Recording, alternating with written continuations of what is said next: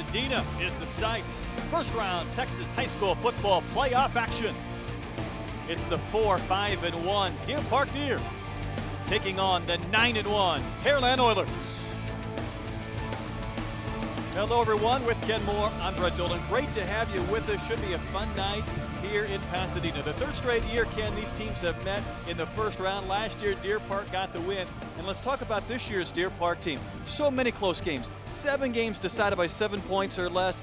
3 overtime games. They've had a tie. You know they'd love to be at full strength as the underdog going into this game tonight. It's just not the case. Yeah, just not the case. Absolutely. They had to win 3 of their last 4 games just to get in the playoffs, sneaking in on a tiebreaker. But tonight they may be out with their big guy, Trey Foreman, their big tailback. Rushed for nearly 900 yards on the season. He has a banged-up shoulder that may put more pressure on the quarterback, Connor Means. He's a dual-threat option, but he may have to depend a little bit more on his legs tonight to make up for Foreman being hurt. Yeah, certainly a little bit lean as far as the running backs are concerned. Now, Pearland, they have had so many blowouts this year. Just 1 loss. They've had 1 real competitive team on their schedule. That was Manville, and it didn't go well. Yeah, Manville destroyed them 42-7, but this was a Pearland Oiler defense. In the other games, 4 shutouts on the season, 3 other games where they gave up less than a touchdown. So tonight they're going to try to put the pressure on Deer Park. We'll see who comes out on top here this evening. I don't know about you, but it's fun to have these high school playoffs starting. Oh, it is fun. It's windy out here tonight. The weather is really good. Cool night for football. It should be a great one in Region 1, 5A football. Deer Park and Pearland. We'll come back with our starting lineups and our opening kickoff from Pasadena after this on the Legacy Sports Network.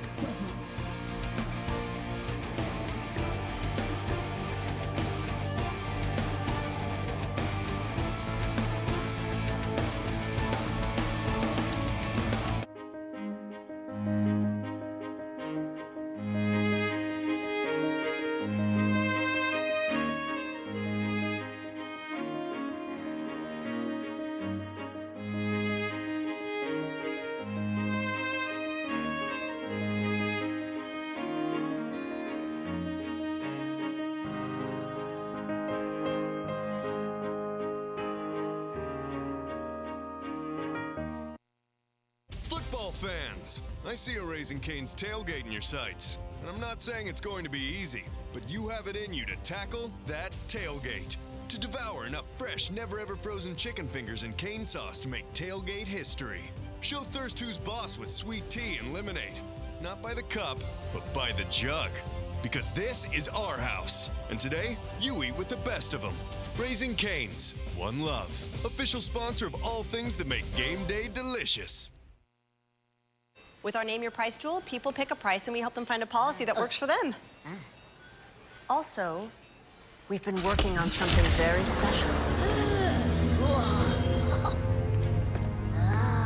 One day, the world, no, the universe, will have the pricing power they deserve.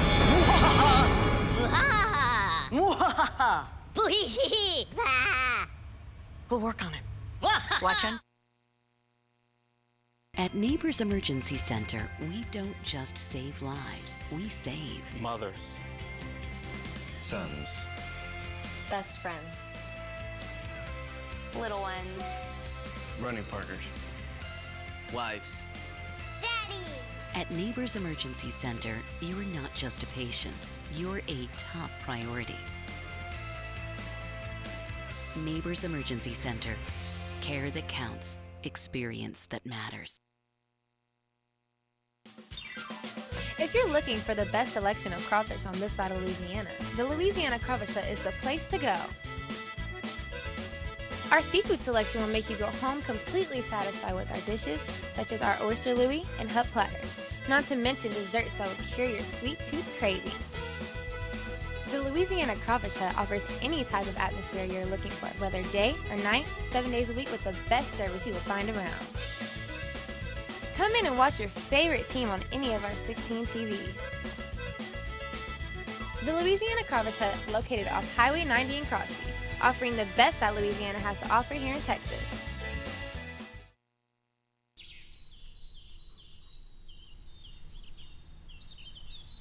It's time to go back in time, sharing the merriment of hundreds of live performances, the taste of over 1,000 foods, and the fun of dozens of games and rides. And be sure to enjoy special savings opening weekend, October 12th and 13th. Brought to you by DeMontron Coca-Cola. Huzzah! Football Sunday. Time for some football. Gridiron time. Is brought to you by McDonald's, where the McRib sandwich is back for a limited time. McRib is back. Tender, juicy, real pork smothered in barbecue sauce. You wanna? Let's go.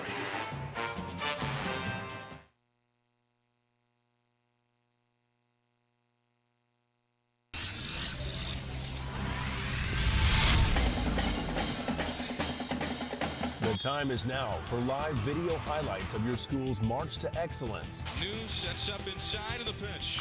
High fly to left. It's up. It's deep. And it's going to be gone.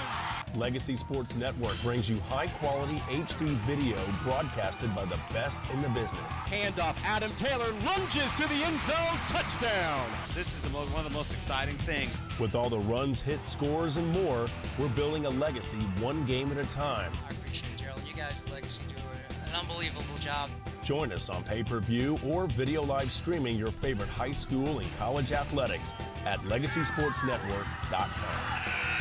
Legacy Sports Network is going to be bringing this presentation to your home.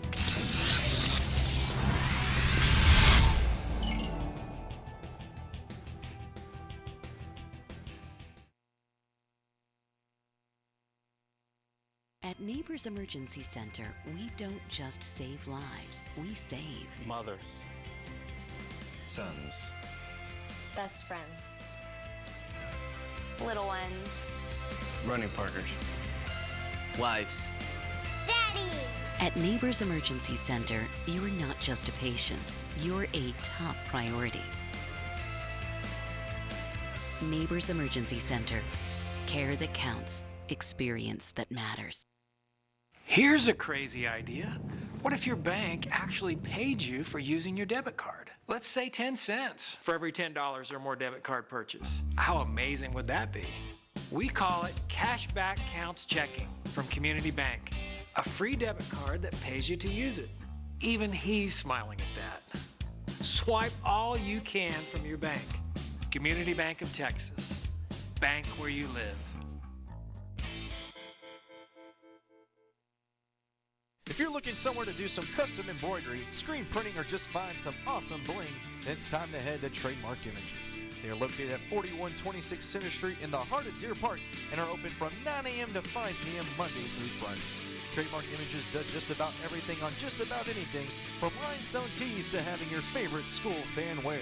Call them today at 281-930-4700 and go like them on Facebook as well. That's Trademark Images, your hometown spirit store.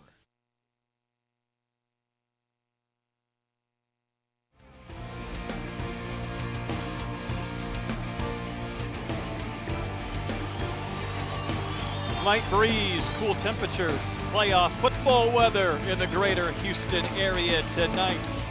Again, we're at Veterans Memorial Stadium in Pasadena.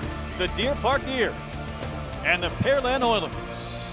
The game time temperature is 68 degrees. Winds coming out of the east-southeast at 7 to 10 miles per hour. As you look at the team comparisons here tonight, Brett, and pretty even across the board. You'll see a slight edge for Pearland in total yards, 363 total. As for Deer Park, nearly 300 on the ground. Defense is where you see the real big difference. Pearland only giving up 143 yards per game. Deer Park giving up over 400. One key for me tonight, Ken, we talked about maybe the lack of health as far as the running backs are concerned for the Deer and what that means for Connor means. Does he have to throw the football more? Pearland this year has had 19 interceptions. That is a huge number. They seem to feast on turning the football over. Yeah, absolutely. They're a great defensive ball club. And as for Connor Means, he has to protect the football here this evening. 7 interceptions on the season. He does have 10 touchdowns, but he's a dual threat like we talked about in the open. 1,200 yards passing. Also nearly 600 on the ground for Connor Means. So if Trey Farmer can't go the entire night, they may have to depend on Means to do some double duty. You wonder if there's a revenge factor as well. I mentioned this is the 3rd straight year. These teams have met in the very first round. A couple of years ago, Pearland the winner. Last year, Deer Park. got the victory. So the rubber match, the ultimate rubber match this evening. 2 out of 3. You don't get it in the same season, but 2 out of 3 in 3 consecutive years. We'll see who comes out in the rubber match here this evening. See the officials ready to get this one underway. Our opening kickoff brought to you by McDonald's. I'm loving it. Here come the Oilers. Again, 9-1 on the season under Coach Tony Heath. And what a program he has built over the last couple of decades.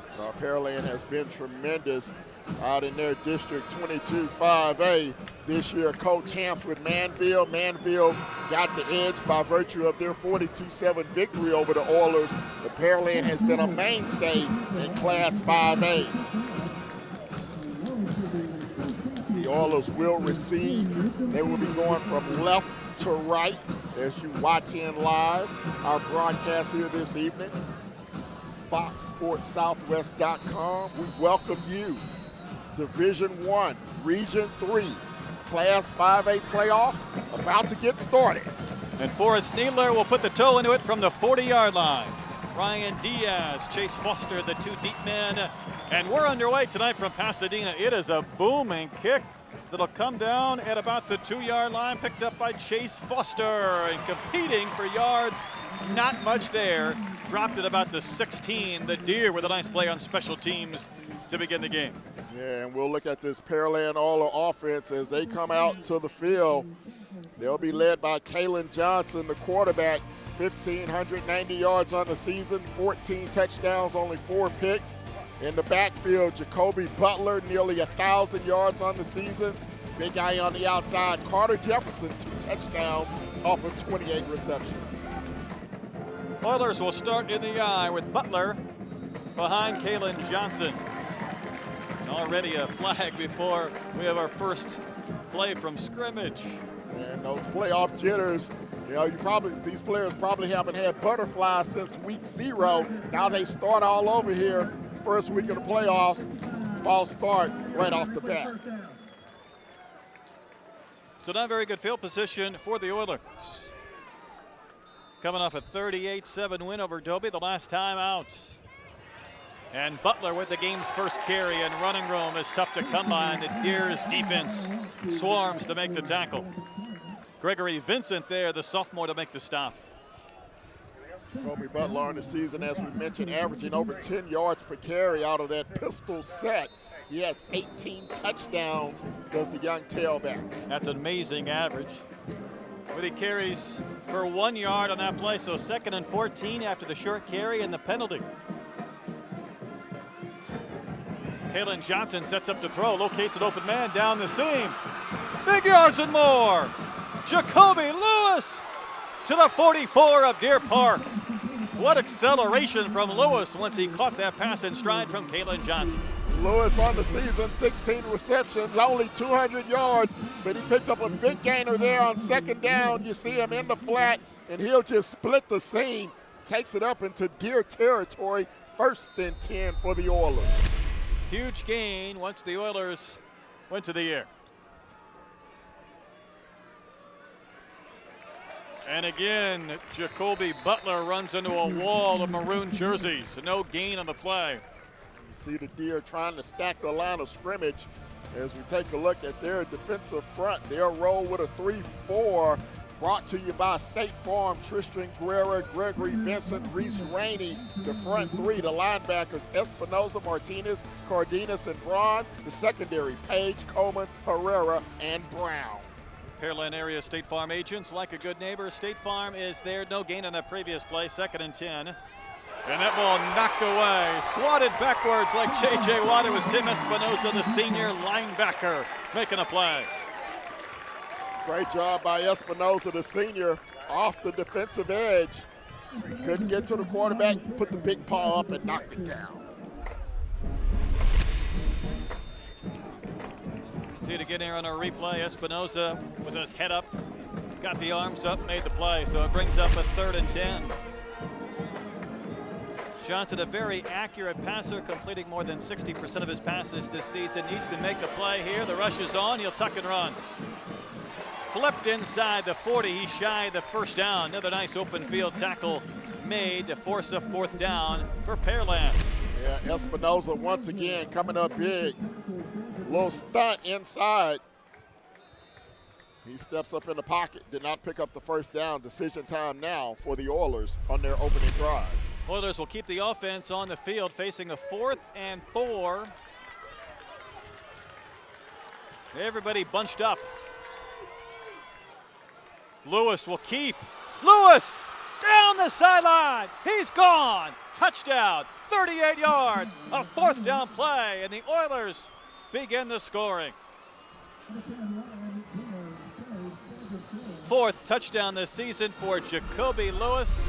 Once he got to the corner, Ken, he was gone. Well, just a little fake end around, and Lewis keeps it, and there's no one on the far sideline that's gonna get him, and he high steps into the end zone. Pearland strikes first. Good block by Zach Biegler on the corner to help create that seam. Nicholas Keller on to try and add the extra point.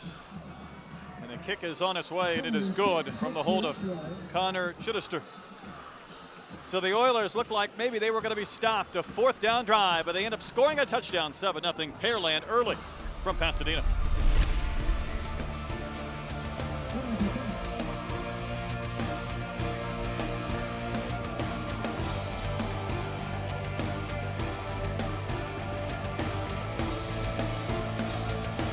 Here's a crazy idea. What if your bank actually paid you for using your debit card? Let's say 10 cents for every $10 or more debit card purchase. How amazing would that be? We call it Cashback Counts Checking from Community Bank, a free debit card that pays you to use it. Even he's smiling at that. Swipe all you can from your bank. Community Bank of Texas. Bank where you live.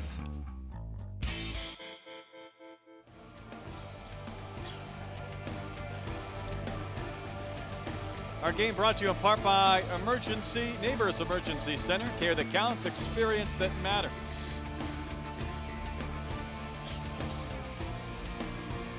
And by Raising Cane's. One Love.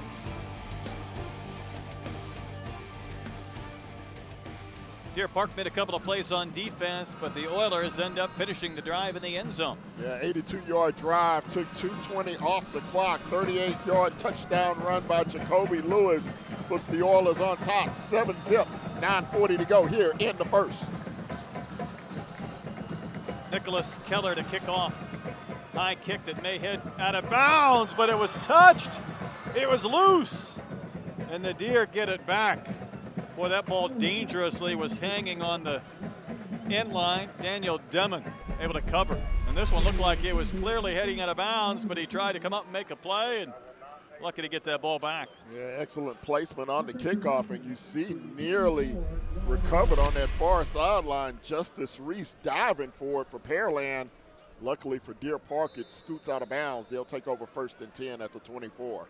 Chris Massey's team has their first offensive possession, and again the Deer 4-5-1, 3-3 in district play.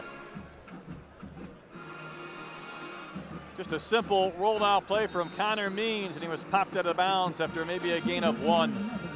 And we take a look at the team leaders for Deer Park. Connor Means, quarterback, 85 of 170, 1,590 yards, 10 touchdowns. Trey Farmer playing with a banged up shoulder. He also has 10 scores on the season. Daniel Demon on the outside, 524 yards, 7 times into the end zone. Gerardo Morin listed as a fullback, the lone setback to the left of Connor Means as he works from the spread. Wholesale changes by the Deer as the play clock gets inside 5 seconds. Means lobbing one for his intended target. Wide open was Chris Story, but the ball was beyond his reach.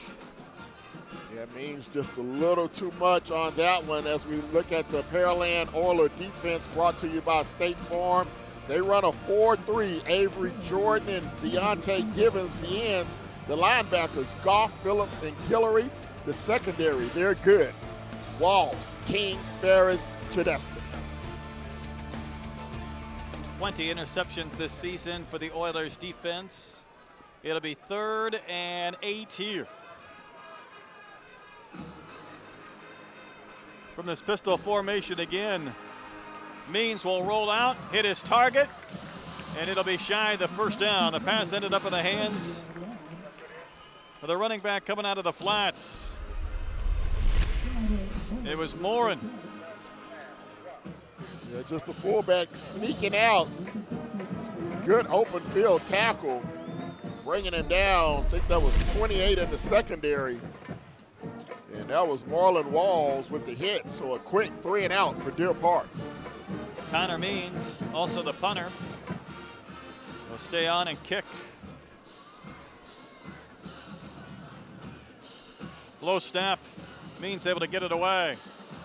A kick that's going to send Chittister back inside his 10, and he fumbled it, and he's dropped it about the 7.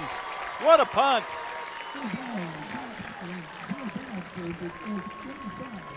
Excess of 60 yards. 65 with the roll, add another -7 on the bounce and the fumble, and Pearland with a 7-zip lead will start deep in their own territory. Boy, Chittister was at no man's land trying to make that play, so a tremendous punt flips the field, but it does give the Oilers the football back.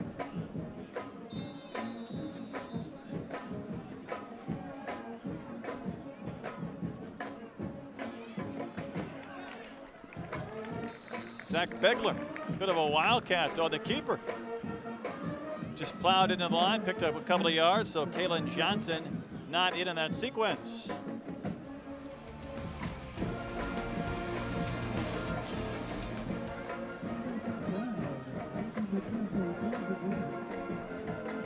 So Johnson back on the field now after that gain of 4 on the play. Both times the Oilers have had the football, they've had very poor starting field position. Johnson dives across the 15. Not a lot of room there. Up to make the tackle for the Deer Park Deer. Cameron Martinez. So it'll be 3rd and short, 3rd and 2. Big play for the Deer defensively. If they can stop them here, the offense can take over with decent field position. Jacoby Butler lines up immediately to the right of Begler, who runs this wildcat. He'll just try and purge into the line, and it looks like he'll have the first down. He reaches right at the 20-yard line. So he didn't get much, didn't need much, but he moves the sticks. Yeah, the big guy's carried it 29 times so far this season, 234 yards. He averages 8 yards a pop when he touches it. He picks up a big first down there for the Oilers. Now they'll go back to their traditional spread offense. With their 2 weapons, Kalen Johnson, the quarterback, Jacoby Butler is the running back. And Butler. Butler! He's going to take this one 80 yards untouched. Pearland, touchdown. That's how you get averages in excess of 10 yards a carry. Well, the Butler did it on that one as he takes it to the house. And the Pearland faithful on the sideline of the visitors, they like what they see so far. Just an inside dive. The defensive end went to the quarterback, and Butler takes it to the house. 80 yards, untouched. And once he got past the initial line of defense, there wasn't a Deer Park Deer player within 15 yards of him. 19th touchdown of the season for Jacoby Butler. Keller's extra point splits the uprights. An early 14-0 lead for Pearland, not even halfway through our first quarter. Here from Veterans Memorial Stadium in Pasadena.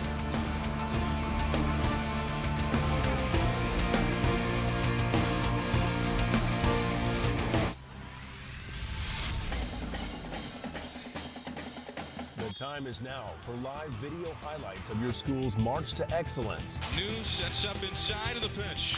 High fly to left. It's up. It's deep. And it's going to be gone.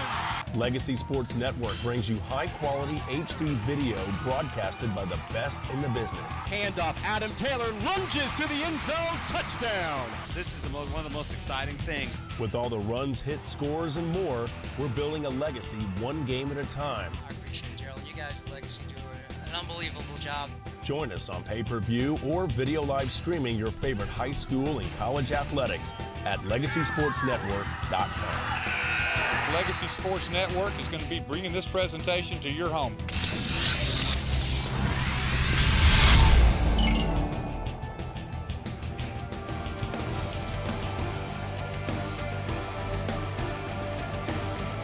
And there's your playoff standings. As we look at the bottom right, the winner of this game will take on the winner of tomorrow's game between Clear Springs and Fort Bend, Austin. Short kickoff covered by the Deer, and they'll have reasonable field position across the 30. Division I, always a very strong region down here in Region 3. So some big matchups going on this weekend. We'll keep you updated throughout the weekend on Legacy Sports. So Deer Park trying to climb out of a big hole, down 14-zip.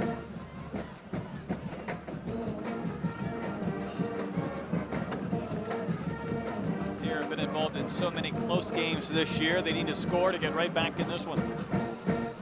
Connor Means steps up to throw. Locates his target, a short gain on the sideline. Pass was caught by Daniel Demon. He's their big play wide receiver. And these keys to the game brought to you by Raising Cane's. For Deer Park, it's a means to an end. Connor Means, he's going to be the big player here tonight. Run, Deer, run. They have to keep the ball game close to be able to continue to run the football with Trey Farmer, and they have to win the turnover battle. The defense is going to have to come up with some plays to give this offense a short field. Gain of 5 on the previous play. Deer looking for their first down. Might pick it up here and more. Great efforts. What a play.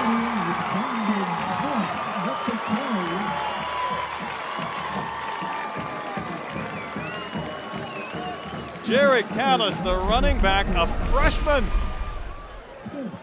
Well, we talked about the backup to the backup getting some action here tonight. And you see the backup to the backup, the big freshman, rumbling inside the Pearland 40, down at the 45. Big first down for Deer Park. You see him on the sideline there.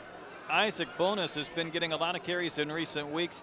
Apparently a little bit dinged up himself. There's Trey Farmer. He's loose. And Farmer carries to about the 27. Wondered how much we would see of Trey Farmer, just shy of 850 yards on the season. Strong first carry. He picks up 19 on his first rumble of the night. What hurt shoulder? Watch him lower it and lower the boom in the secondary. Deer Park now getting fired up over here on the home side. Exactly what Deer Park needed in these last 2 carries. Big explosive plays, gets their team fired up and back in this game. And gets this crowd back involved as well.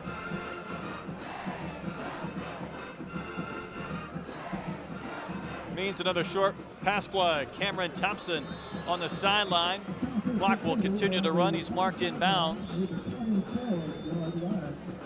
High percentage pass play from Connor Means. Yeah, Means just working the short passing game here. Doesn't want to challenge that Pearland secondary deep unless he has a wide open receiver.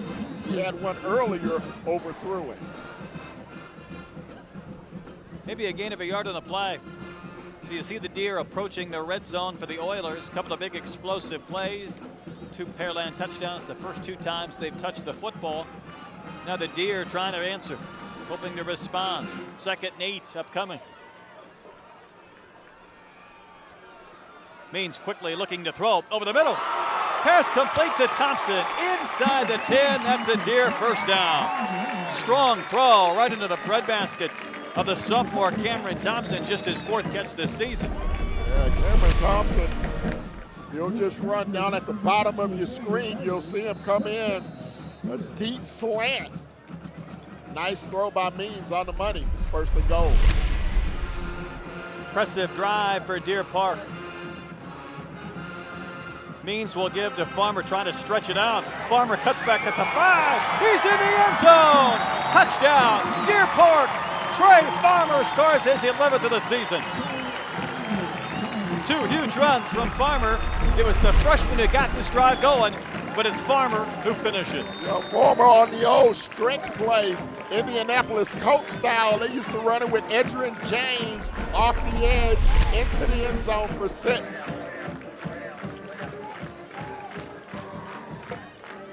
Forrest Needler on to attempt the extra point from the hold of Chris Story, and the kick is blocked. Deflected at the line of scrimmage, didn't make it to the crossbar, and the drive ends with a Pearland special team play, and we'll see it again. Yeah, let's see where the penetration comes from. This looks like it was a low kick, and coming up with it for Pearland, number 19, that was Justin Phillips. So he comes up with the big kick. Still a 1-possession game, 14-6. Now, as we look at the keys to the games for Pearland, brought to you by Raising Cane's. Let the Butler do it. He did it on that last drive with the 80-yard touchdown run. Don't look ahead. This is a team that they've played the last 2 years in the playoffs, and they want to keep their eye on the big prize, which is a state championship 6 weeks from now. Here's your quarterback comparison again. Connor Means just led that scoring drive. Kalen Johnson executed a couple of touchdown drives with some big plays on the running game. First 2 times Pearland touched the football. You obviously notice that Means runs a lot more than Kalen Johnson. Johnson a higher percentage passer of the 2. That was an excellent drive, a big drive by Deer Park. Keep this football game close here in the first period. Needler to kick off again.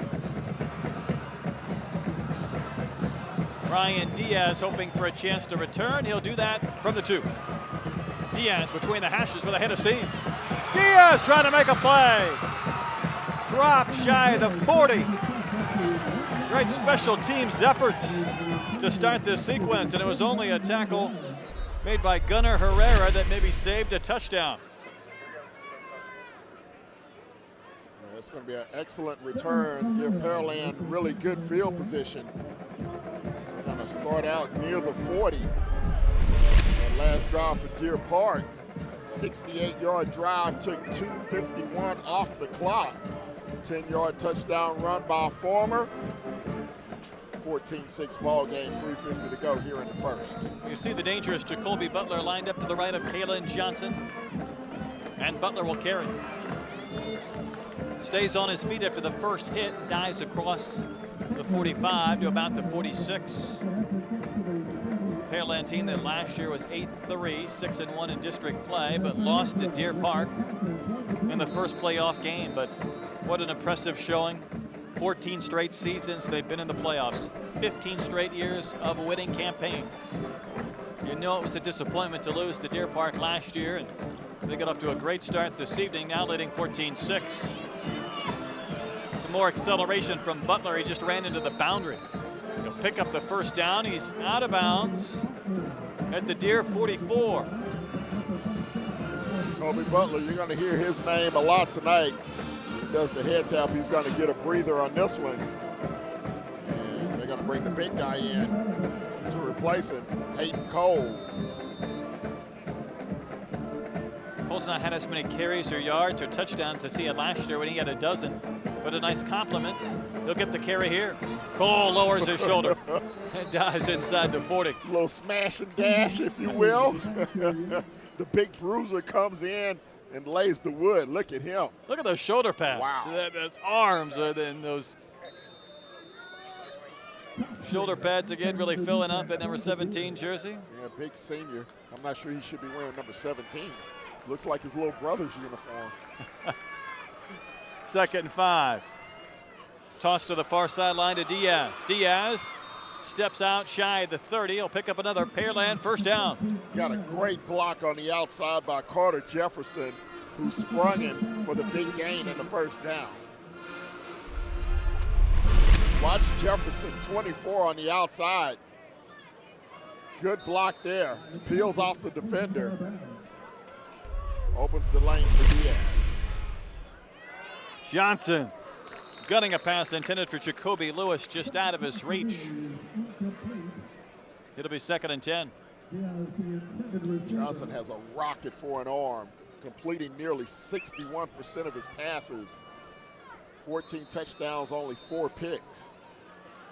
Boy, Ken, you go back over some of the games he has played this year, such an impressive total, and you realize how he got to this point with these overall numbers. Simple running play.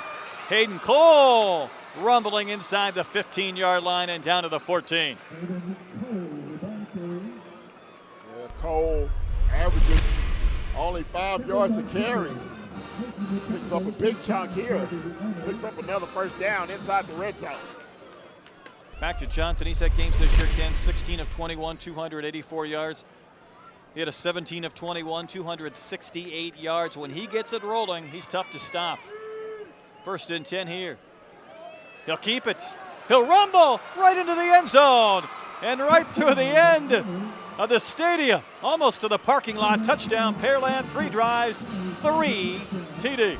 Well, he doesn't run it much, only his 2nd touchdown of the year, but he catches the deer sleeping. Look at the linebacker, 43, caught napping, and Johnson takes it to the house. 3 touchdowns in the opening period for Pearland. They have it rolling offensively. Kept Nicholas Keller busy on to attempt another extra point from the hold of Chittister. And a flag first.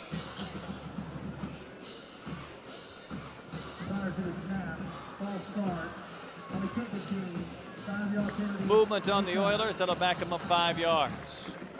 We've seen a pretty clean opening quarter from a penalty standpoint.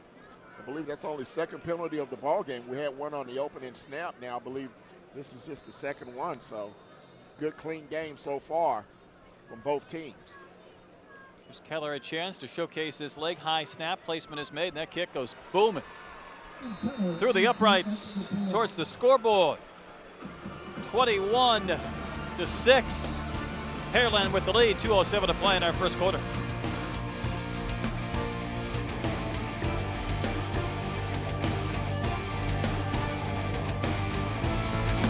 Emergency Center, we don't just save lives, we save mothers, sons, Best friends. Little ones. running partners, wives. At Neighbors Emergency Center, you're not just a patient, you're a top priority. Neighbors Emergency Center, care that counts, experience that matters.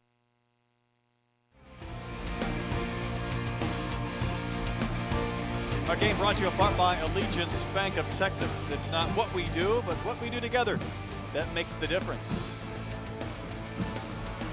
By Metter Staffing Services, our talent is finding yours. Game also brought to you in part by McDonald's, the Texas Invitational. 80 boys and girls high school basketball teams from across the state competing in the Premier Tournament November 21st through the 23rd right here in Pasadena. 3rd possession, 3rd touchdown for Pearland, 61-yard drive, 1:52 off the clock.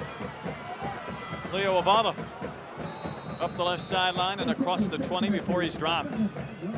14-yard touchdown run by Kalen Johnson. Oilers lead it 21-6. And again, this is a defense that if you give them a lead, they know how to take care of it. 4 shutouts on the season so far for Pearland.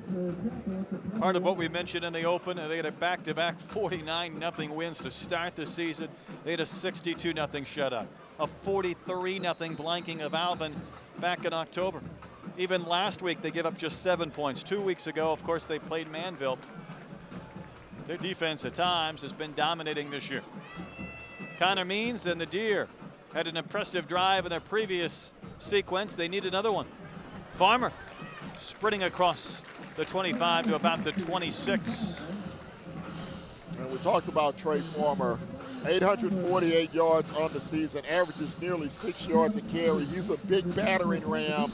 You get him into the open field with a head of steam behind him, he's very hard to bring down. Nice gain of 7 on that opening play, so it's 2nd and 3 for the Deer. Kind of means the senior quarterback directing traffic.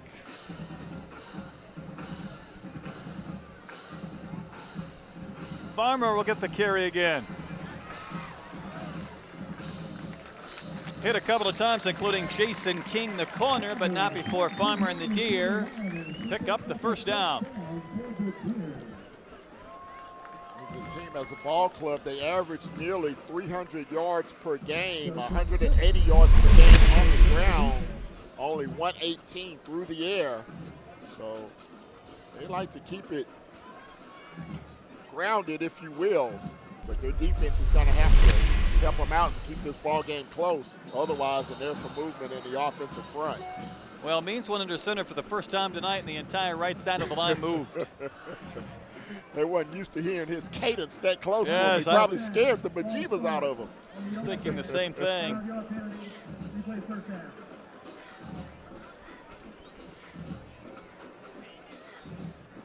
So the Deer will back up 5 yards, 1st and 15. Really, it was the run by the young freshman, Jerry Callis, in that previous drive. Rumbled for about 30 yards, refused to be tackled, but kind of jump-started the Deer Park offense. Yeah, he gave them a jolt of energy that they needed. See Morin lined up to the right. Farmer will get the carry. Farmer with a pretty good cutback, trying to get a few of those yards back from the previous penalty. Deontay Gibbons, one of those involved on the defense, the stop for Pearland. And Gibbons, that right defensive end. He just crashes down and crashes into Farmer, drops him. Possibly our final play here of a busy first quarter. 2nd down, 13 after that short gain in the previous penalty. This pistol formation for the Deer offense. Fake handoff to Farmer. Means just has to let one go. Good containment by the Pearland defense. Yeah, nobody home on that one. Good coverage downfield. So now it's going to be 3rd and long for Deer Park, and this is where they don't want to be, is behind the chains, if you will. Watch Connor Means, Ken. Once he rolls out, he's not expecting somebody to be in his face. And when he turns around, he locates that defender. It changes the play completely. That's Gary Leday. Yeah, Leday right there. Leday stayed home. Good discipline. Left defensive end. You see him there, 35. Good technique, stayed home. Covered his portion of the field, didn't over pursue. Forced Means to get rid of it quicker. 3rd down, 13. Pocket crumbling. Means able to slip out of a tackle. Connor Means. Oh, boy. Had one picked off and intercepted. Another INT by this Oilers defense. Their 21st this season. And the man on the receiving end was Marlon Walls. Well, Means did a great job to escape the sack. As you watch the big defensive tackle come up, that was 99, Kevin Harvey. Gets away from Harvey. Now, instead of just throwing it away, Means tries to make a play, but he's picked off by Walls. It's going to be 1st and 10 for Pearland when we come back. Walls had 2 interceptions, 2 touchdowns in the game earlier. Makes a great pick there. We'll flip sides, come back for the 2nd quarter after this. Here's a crazy idea. What if your bank actually paid you for using your debit card? Let's say 10 cents for every $10 or more debit card purchase. How amazing would that be? We call it Cashback Counts Checking from Community Bank, a free debit card that pays you to use it. Even he's smiling at that. Swipe all you can from your bank. Community Bank of Texas. Bank where you live. Wildcat play to start this 2nd quarter. Pearland wasting a little time. Jacoby Lewis, we saw him score a touchdown on an end around. He was able to execute the first play from scrimmage after the turnover, the INT, and starting our 2nd quarter. Gain 4 in the play. Kalen Johnson back in the game. Give to Butler, and there's no running room. You see Martinez, Cameron Martinez, involved in another play. Another stop defensively.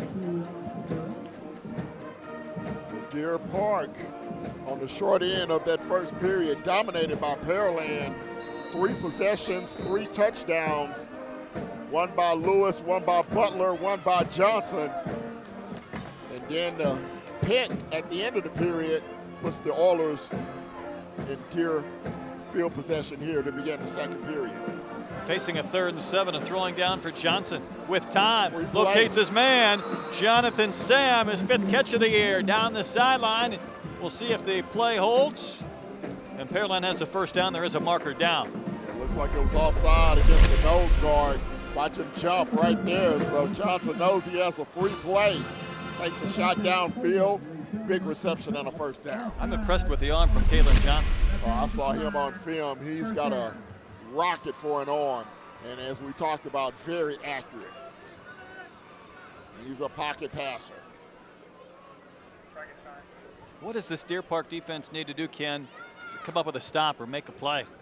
Well, one, they're going to have to slow down Butler in the backfield.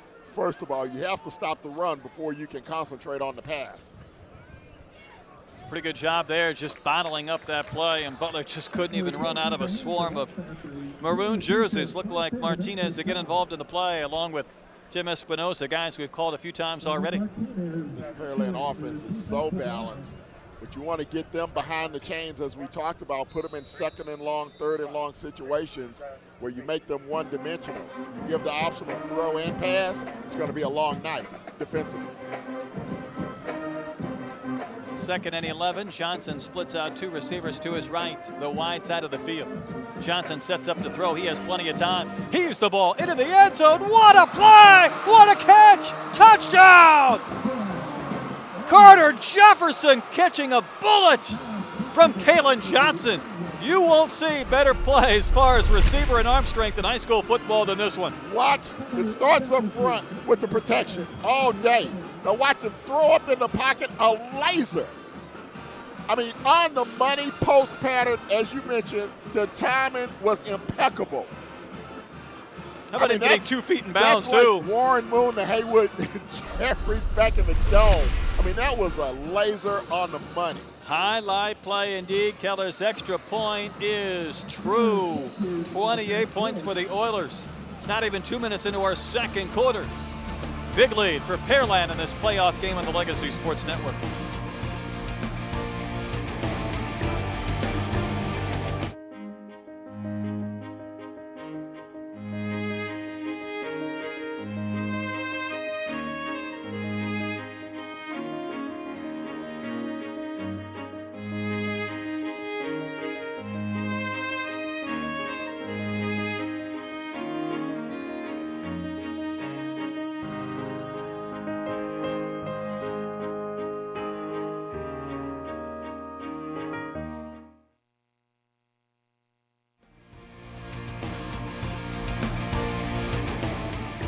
Our game brought to you by Gulf Coast Educators Federal Credit Union. More money, time, and peace of mind. By United Chiropractic.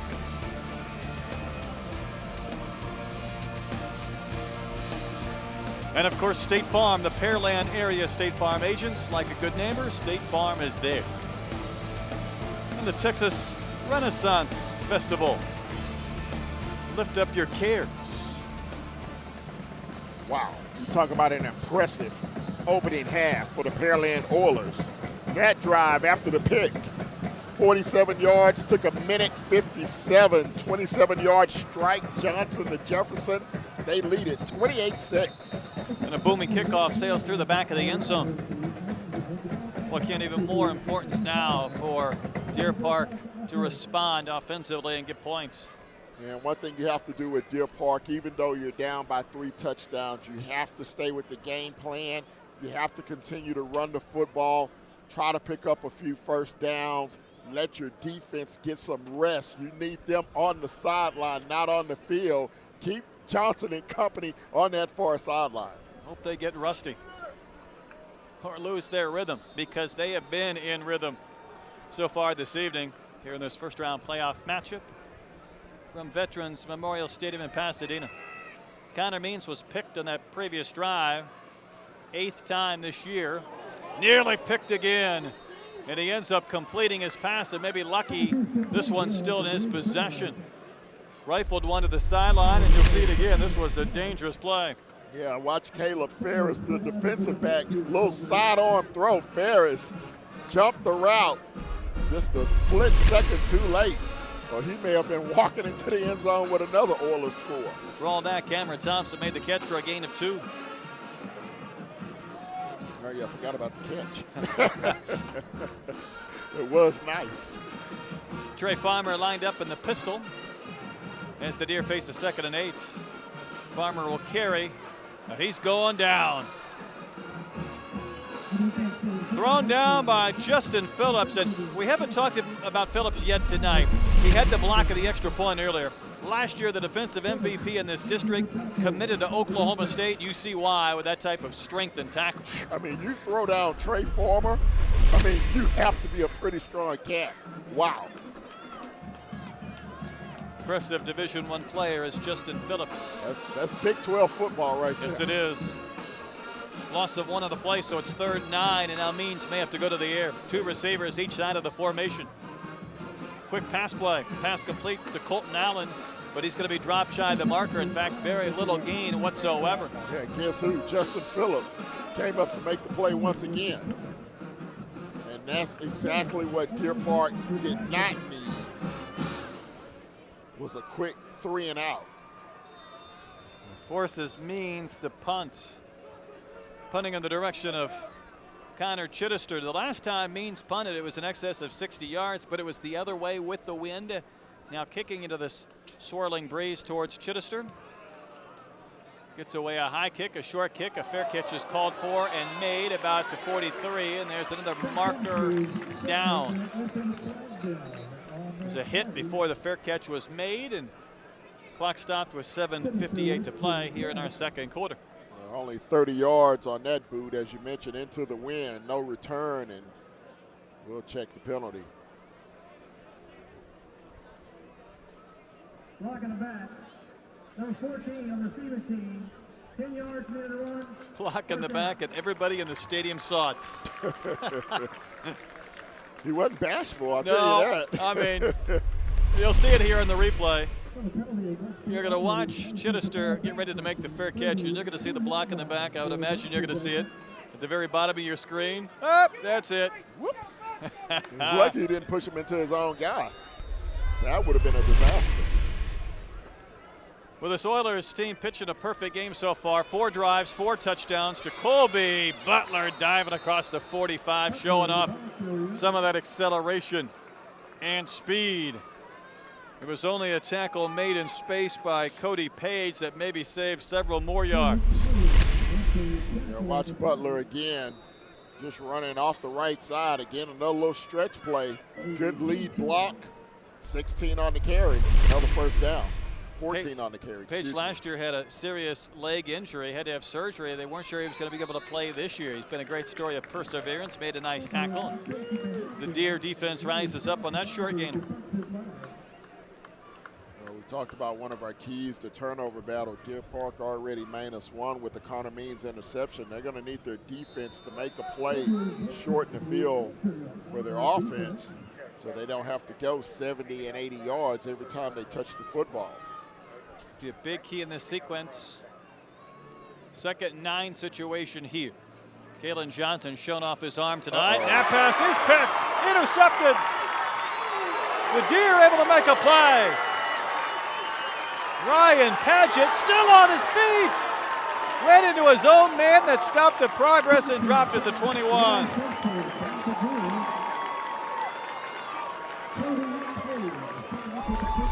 Well, Cody Page, I beg your pardon.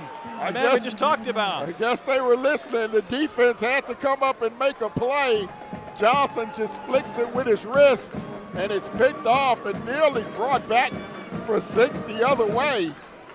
How about the run by Page? I mean, he was diving. I mean, a great pick to begin with. Look at that elevation. Stayed on his feet, And then he got to showcase several moves on the run. He's ducking and dodging like he's going around 6'10", hitting 225.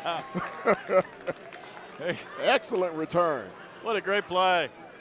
Cody Page. It was his own man that he ran into that stopped his progress. He ran into Cameron Martinez. He's been around the football all night tonight, including his own man. Now, there is a marker down just inside Oilers territory at about the 47. And let's see what the hanky's all about. Conference first, though, from our officiating crew.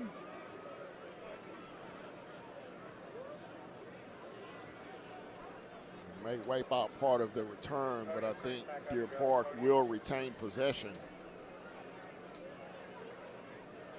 Just depends on where the Zebras choose to spot it. But nevertheless, this might just pick this one up. They have to capitalize and get into the end zone with this opportunity. So both teams with a turnover apiece, both interceptions. Pearland converted theirs into 6. We'll see if the Deer can do the same. Looks like they're going to wave off the penalty. At least they haven't marked it off yet.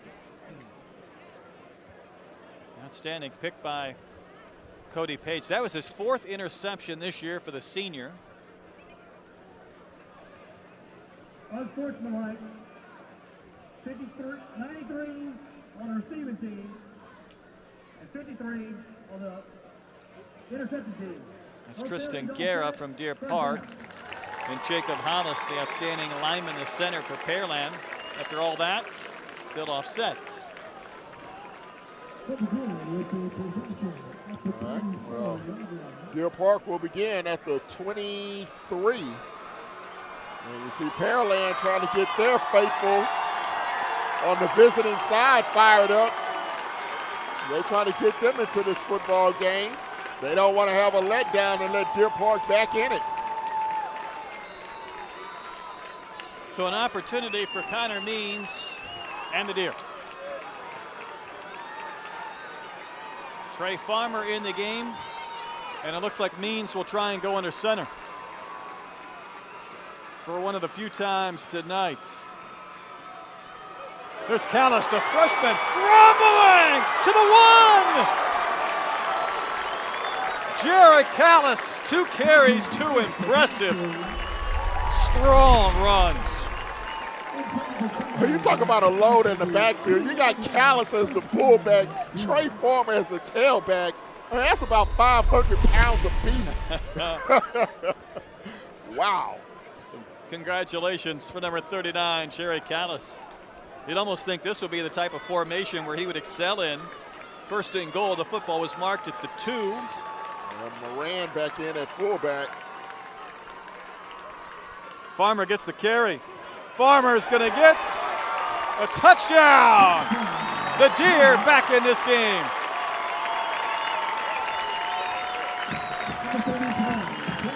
So the interception leads to points.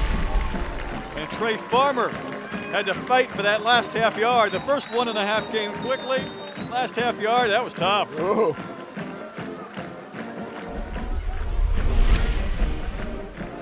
Wow. They'll go for 1. Last extra point was blocked.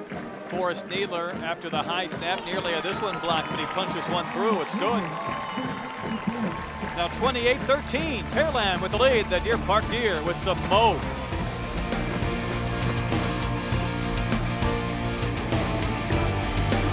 If you're looking somewhere to do some custom embroidery, screen printing, or just find some awesome bling, then it's time to head to Trademark Images. They are located at 4126 Center Street in the heart of Deer Park and are open from 9 a.m. to 5 p.m. Monday through Friday. Trademark Images does just about everything on just about anything, from rhinestone tees to having your favorite school fan wear. Call them today at 281-930-4700 and go like them on Facebook as well. That's Trademark Images, your hometown spirit store.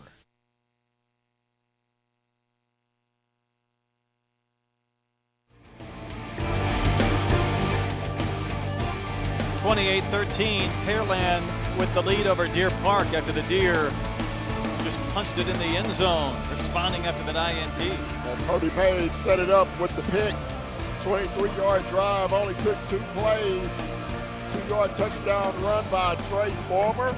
Took 34 seconds off the clock, just what the doctor ordered for Deer Park. They're down by 2 scores, 28-13. Ryan Diaz hoping for a chance to get the football. It will not be him. Chase Foster on the near side of your screen returns the kick up to about the 30-yard line, and that's where the Oilers will have it. 4 for 4 as far as scoring touchdowns in their opportunities this year, and we'll take a look at that return again. What an exciting first half of football out here at Pasadena Memorial Stadium. As you look at the return, Pearland will begin at their own 30. 4 out of 5 possessions they've scored so far, but the 5th resulted in a turnover picked by Kalen Johnson. He puts a man in motion, first down. Butler lines up to the right of Johnson, and Johnson to throw. Jacoby Lewis tried to stay on his feet, but he was whistled down. Tried to pop up quickly, but he didn't sell it enough to the officials. Marked down after probably what'll be no gain on the play. Let's take a look. Let's see if his knee did indeed hit the turf. Here's the hit. Yeah, no. Might have been that elbow or that arm, or that forearm counts. Maybe his elbow hit it. His knee did not touch. Did not at all. You see the hit. You saw the reaction from Jacoby Lewis. He thought that was a live play. No gain, 2nd and 10. Johnson with a drop and completes. Connor Heath should have the first down, picks up 12 on that pitch and catch. Connor Heath is also the backup quarterback, big-bodied wide receiver when he's put out in formation, and able to move the sticks for Pearland. Johnson trying to operate. He has the wind behind him here in the second period, so they may try to take advantage of it. A little over 5 minutes to go here before halftime. Little play fake, going up top again. Pass complete at midfield. It's Jacoby Lewis. Boy, he's dangerous in space. Dropped at the 41, another Pearland first down. Hey, Jacoby Lewis, he's quick as a hiccup. Watch him here. Good throw by Johnson. Spin move there. And watch him hit the little C button here and spin back the other way. Making some men miss. Butler runs into a pile and carries to about the 39. Gain of 2 on the play for Pearland. That's a play that Deer Park has been able to stop tonight. That run right into that middle of the line. They bottled that one up. Trying to make some substitutions now on the far sideline. Good look at Hayden Cole, number 17, and Zach Bigler, number 11, and the quarterback, Kalen Johnson. 2nd down, we'll call it 7 ago. 2 receivers to the right, that's the short side. Head of steam for Hayden Cole. And he's dropped maybe 1.5 yards shy of the marker. And we'll go inside 4 minutes here in our second. Yeah, see if Deer Park defensively can come up with another stop. Pearland outside of the turnover, they've moved that wheel. Now they go to the Wildcat. Bigler off the right side of the line, and he'll pick up the first down. He's done that a couple of times tonight, needing short yardage. Plunging into the line and moving the sticks. Yeah, he's quite a weapon. You see the overload to the right. He just goes over the right side. Easy first down.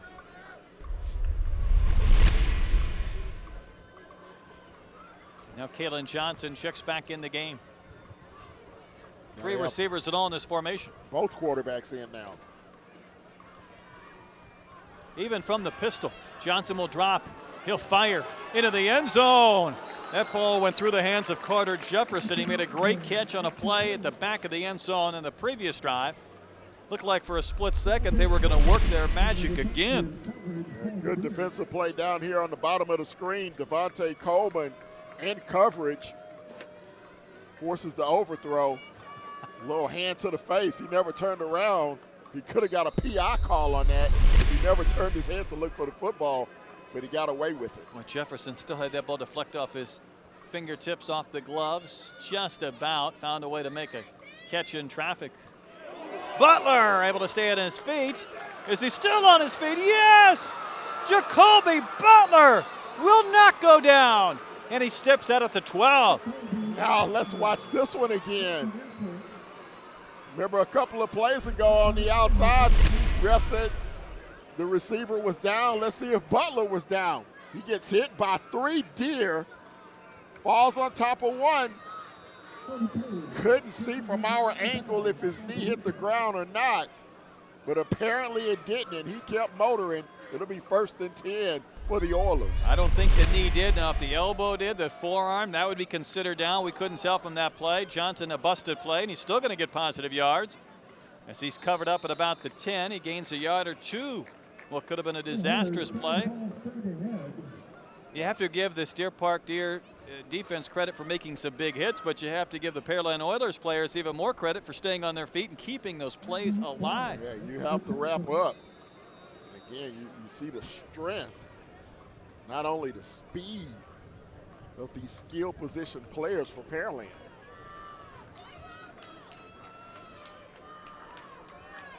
Only one time tonight has Pearland been denied a touchdown on a drive, and that was when Page had the big INT.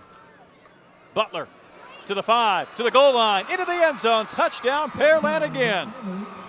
Jacoby Butler's a weapon. Looked like there may have been some movement up front, but no flags on the play. Watch the left side, no. Looks like they were okay. Good block on the outside, the seal block there by Bogler. And then Butler takes it in, he does the rest.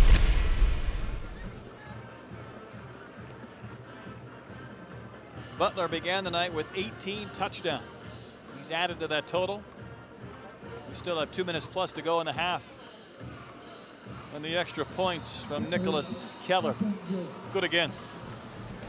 35-13, Pearland with the lead. Back to Pasadena after this.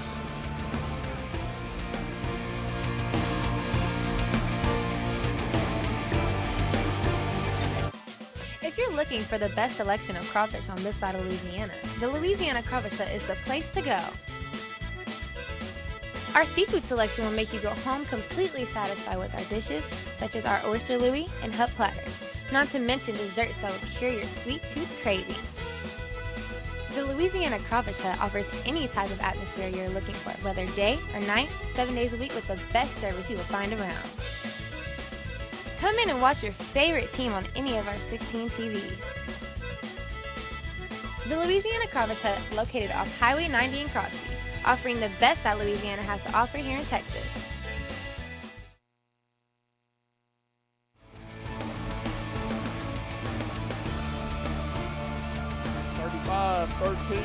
Pearland on top.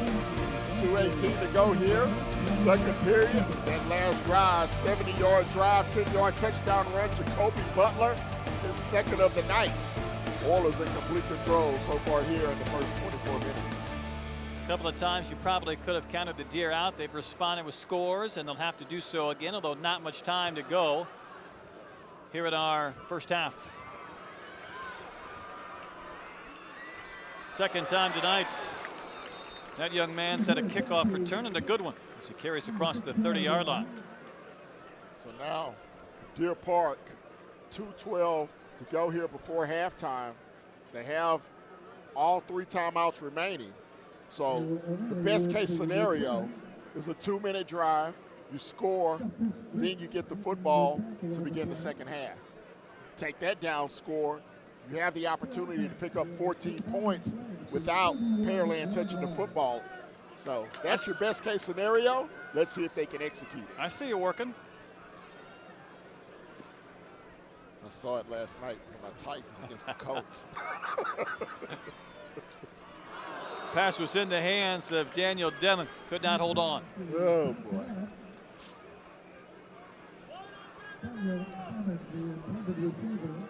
Demon's had some big catches this year. In fact, he's averaging over 25 yards a catch. He has some huge plays. This would have been a nice gainer right there. Have you heard footsteps?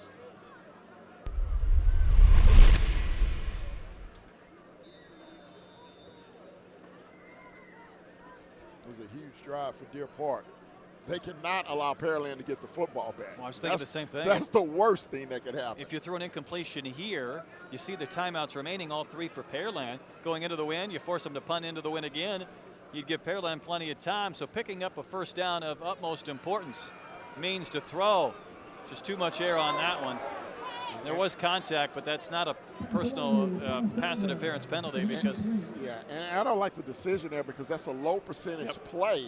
You know, you want to go to that short passing game, at least try to pick up 5-6 yards, put yourself in a 3rd and short. I mean, you're going one-on-one against a great cover guy on the far side. That's a very low percentage play that time by Connor Means. So again now the clock has stopped and even 2 minutes to go in our second quarter, 3rd and 10. So even if you run the football and don't get the first down, Pearland could easily call timeout, get the football back in very good field position. Yeah, both teams with all 3 timeouts. Oilers in nickel coverage. Oh, yeah. Means pass wasn't even close to Daniel Devon. He got dropped. I mean, he got popped by Stephen Guillory. So instead of a best case scenario, a worst case scenario unfolds for the Deer. I mean, I don't believe 15 seconds went off the clock this entire drive. They took over at 2:18. They ate up. A little more, not much. 24 seconds is all they ate up. Wow.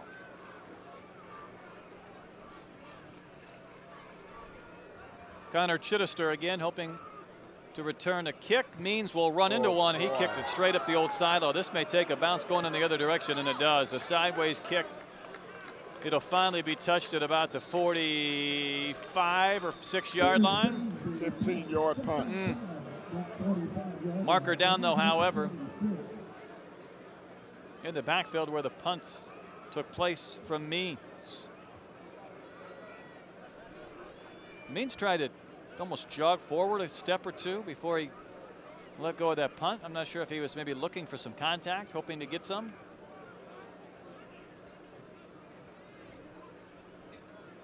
Well, that was the case. Wow. Talk about a huge break for the Deer. Take a look at it. What's this run? Yeah, a little hop and a skip. Really? Oh, I don't think so. Serious? Oh, I don't think so. Stephen Guillory was there. If that's the number I'm picking up, 45. Oh, boy. Seemed like he got kicked below the belt and he got whistled. Flag for the penalty. That was a double-edged sword on that one.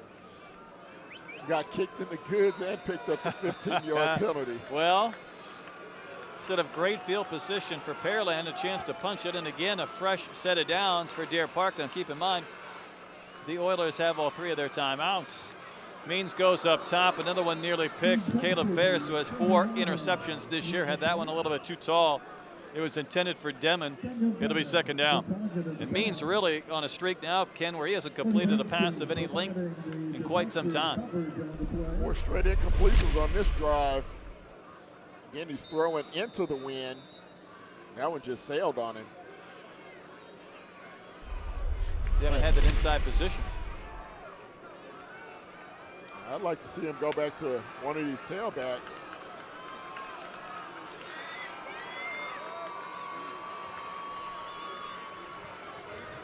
To the big fella. There you go, rumbling again, carrying for about 10. If you have 3 timeouts to stop, the clock is going to stop. Every time you pick up a first down, you can still run the football here. Jerry Callis, he's had a handful of carries today, and every one has been fun to watch. Look at a measure. That's why the clock is stopped. Knee right at that marker. Hard to believe that young man's a freshman. He's a big boy. And he's short by that much. So Connor Means and Coach Chris Massey are in Pearland territory at their 44. But it is 3rd and short. A lot of brisket and sausage on his lunch menu every day. Callis is in the backfield. Means will try and gain it himself, and That pile will move forward enough to move the sticks. Clock stopped with 1:24 as they unpile and move the markers.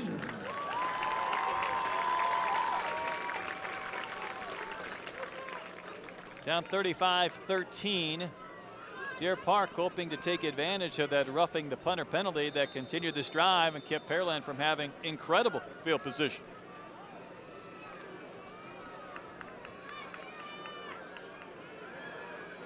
I want to see Jerry Callis carry at least one more time in this half. Won't get that chance here. Means running. Got to get rid of it. Oh dear, that's going to be grounding. That ball didn't come anywhere near the line of scrimmage, and he's inside the tackle box. Means is hurt. Means is down. Let's hope he's okay. Wow. Connor Means just didn't feel this pressure coming from behind Ken, and it was a sandwich. Jeez. I mean, watch it here. Two coming from the backside, and they just make a Connor. Ooh, he got twisted. Oh boy. And you see his knee. And you hope it's not a lower leg injury. And we talked about in the open the injuries that Deer Park was going through. We'll get an update when we come back here on the Legacy Sports Network.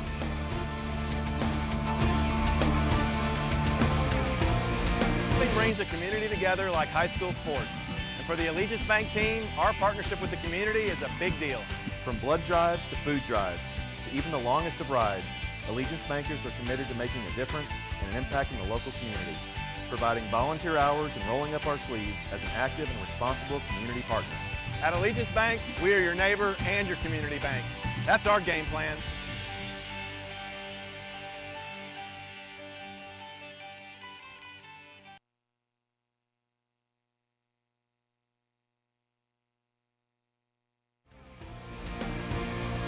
News for Connor Means, up and walking off under his own power, albeit with a limp. And boy, that was an ugly looking tackle and sack.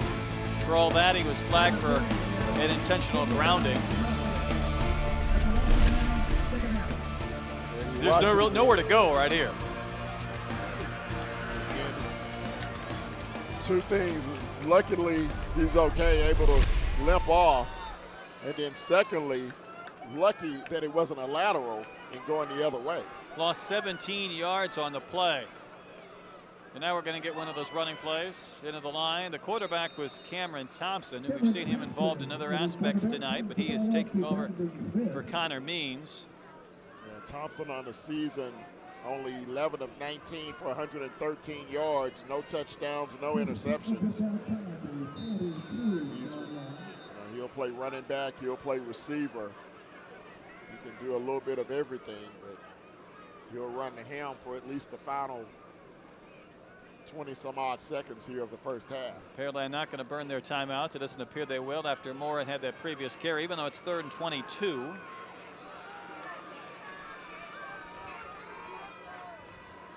We'll see another running play. This time yards a little tougher to come by for Callis. Up across the 45. That'll probably do it in our first half. You see the seconds tick away, and that is the end of our first half from Pasadena. This bi-district playoff matchup. Pearland's been impressive early. They lead the Deer Park Deer at the half by a score, 35-13.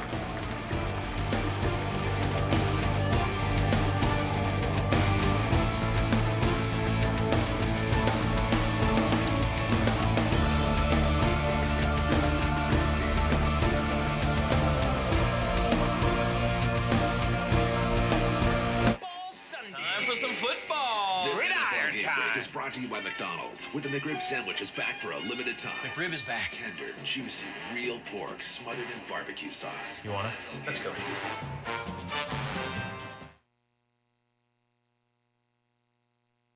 At Neighbors Emergency Center, we don't just save lives, we save mothers, sons, best friends, little ones, running partners, wives. At Neighbors Emergency Center, you're not just a patient, you're a top priority. Neighbors Emergency Center. Care that counts, experience that matters. If you're looking somewhere to do some custom embroidery, screen printing, or just find some awesome bling, then it's time to head to Trademark Images. They are located at 4126 Center Street in the heart of Deer Park and are open from 9 a.m. to 5 p.m. Monday through Friday. Trademark Images does just about everything on just about anything, from rhinestone tees to having your favorite school fan wear. Call them today at 281-930-4700 and go like them on Facebook as well. That's Trademark Images, your hometown spirit store.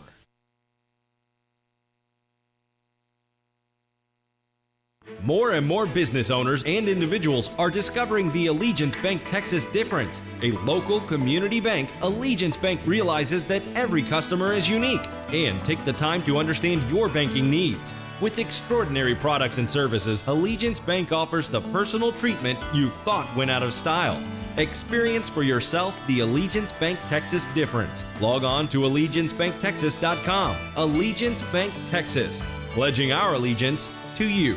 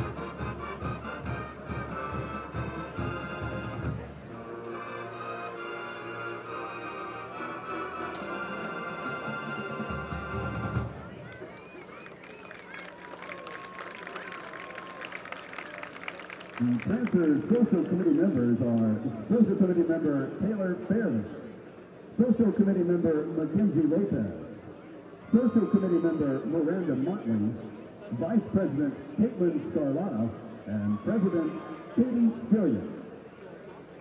The transfer of the week is Christy Gooden. Tonight the transfers will entertain you with a jazz routine to I Don't Want to Stop.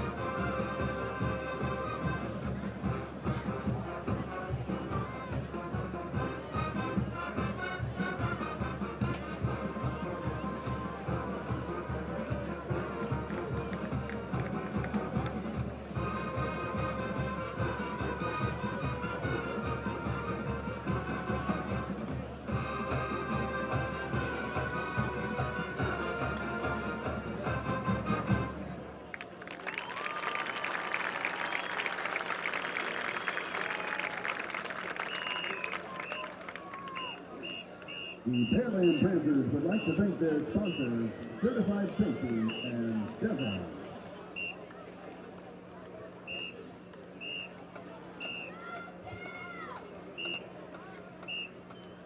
And now, ladies and gentlemen, please welcome to the field the pride of Pearland, the Pearland High School Marching Band. The band is under the field direction of drum majors William Everett, Madeline Gregory, Lauren Kersner, and Jill Nido.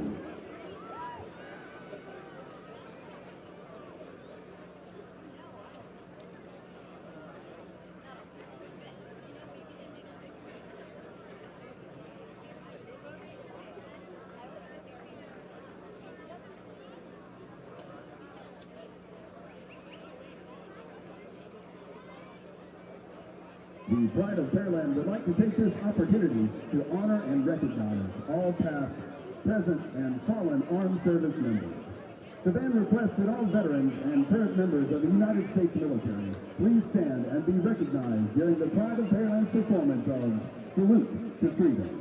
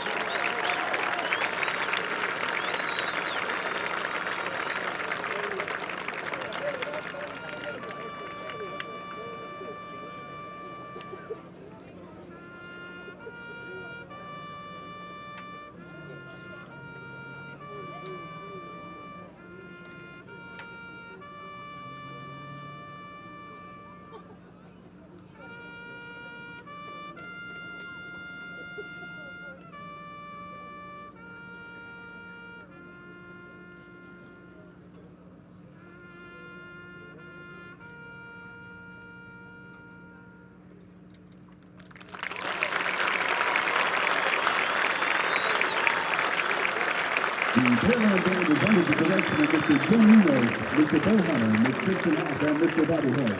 The color guard is led by Mr. Christopher Smith. Technical staff includes Jamie Collar, Justice McKenzie, and Ben Newman. The principal of Pearland High School is Mr. Larry Berger. Dr. John Kelly is the superintendent for the district, and the director of fine arts is Mr. Tom Bell. The Pearland Band Boosters would like to thank their sponsor, Vic Coppinger YMCA, for their generous support to the band. Thank you, have a great evening, and go Oilers!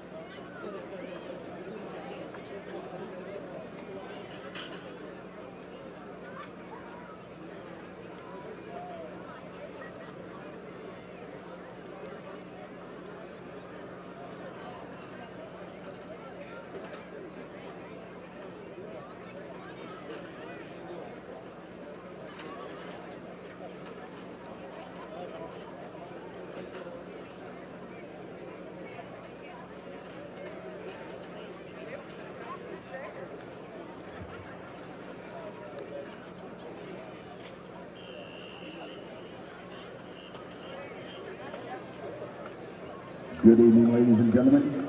Now entering the field for your halftime entertainment, the award-winning Deer Park High School Deer Escort.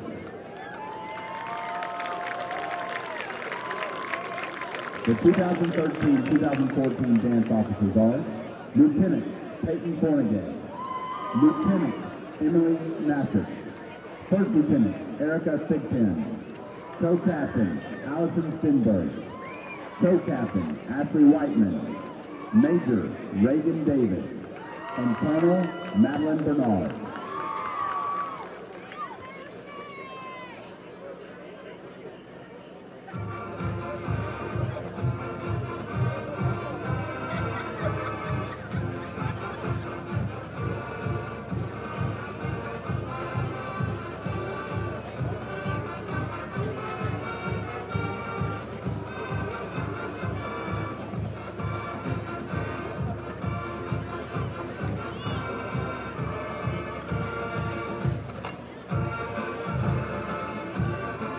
Social officers are Secretary Michelle Bettinger, Historian Megan Gordon, Chaplain Lana Scott, Co-Vice President Haley Johnson, Co-Vice President Madison Davis, and President Sarah McQuaid.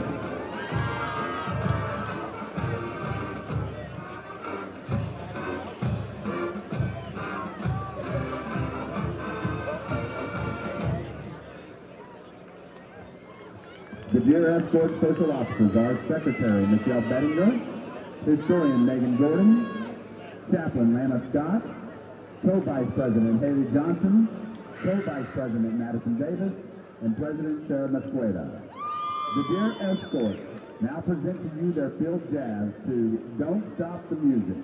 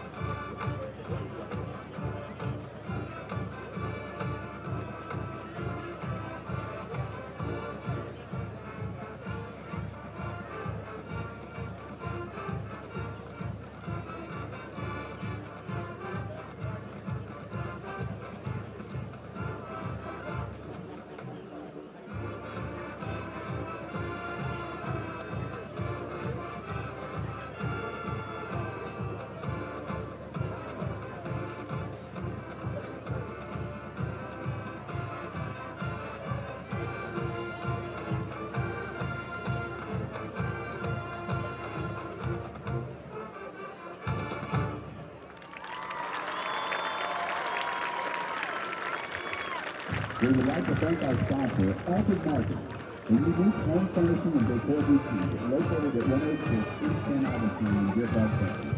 The Deer Escort are under the direction of Sarah Hunt, Laurie Bourne, and Sandra Scott.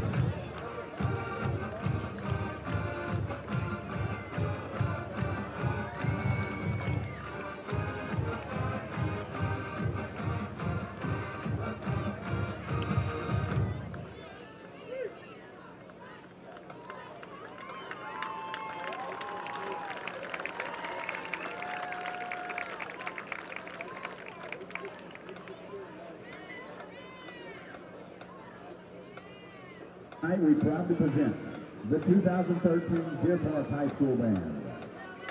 The band is under the field direction of drum majors Jay Park, Marlo Lamb, and Laura Patino. Time and again, ordinary people have served our nation in extraordinary ways so that all Americans can pursue the happiness our founding fathers envisioned. By their service, they have kept America strong, and they have protected our way of life for more than 2 centuries. At this moment, men and women of the Army, Navy, Air Force, Marines, and Coast Guard are serving around the world. As Americans, we set aside November 11th, Veterans Day, to reflect, remember, and honor those who have served in the United States Armed Forces. Today, there are nearly 25 million military veterans living among us. At this time, we ask that all veterans and those men and women currently serving in the military stand and be recognized.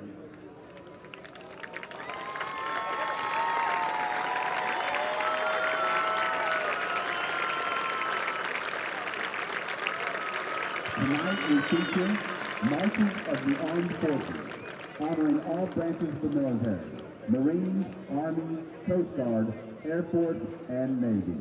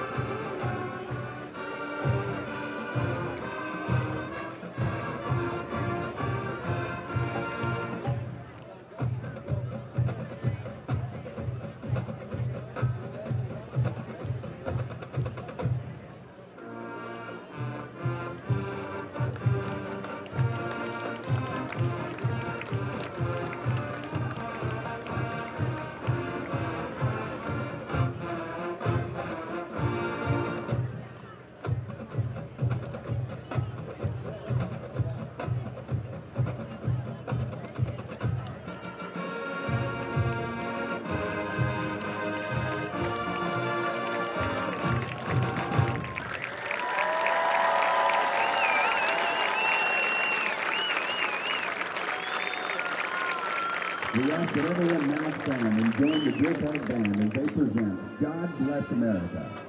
We urge all Americans to take time to thank those who sacrificed so that we can enjoy the blessing of freedom.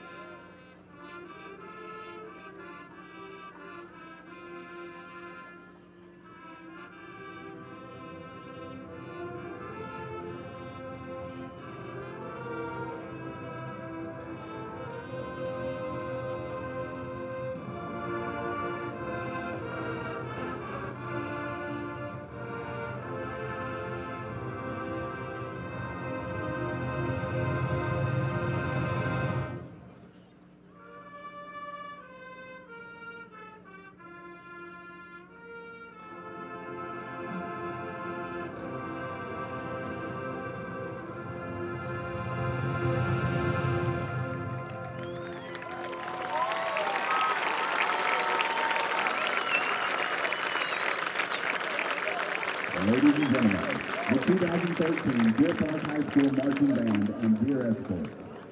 The band is under the direction of Gary Hebert, Gene Coupion, and Paul Parker, assisted by color guard instructor Brandy Ball, percussion instructors Joe Bean and Tom McGuire.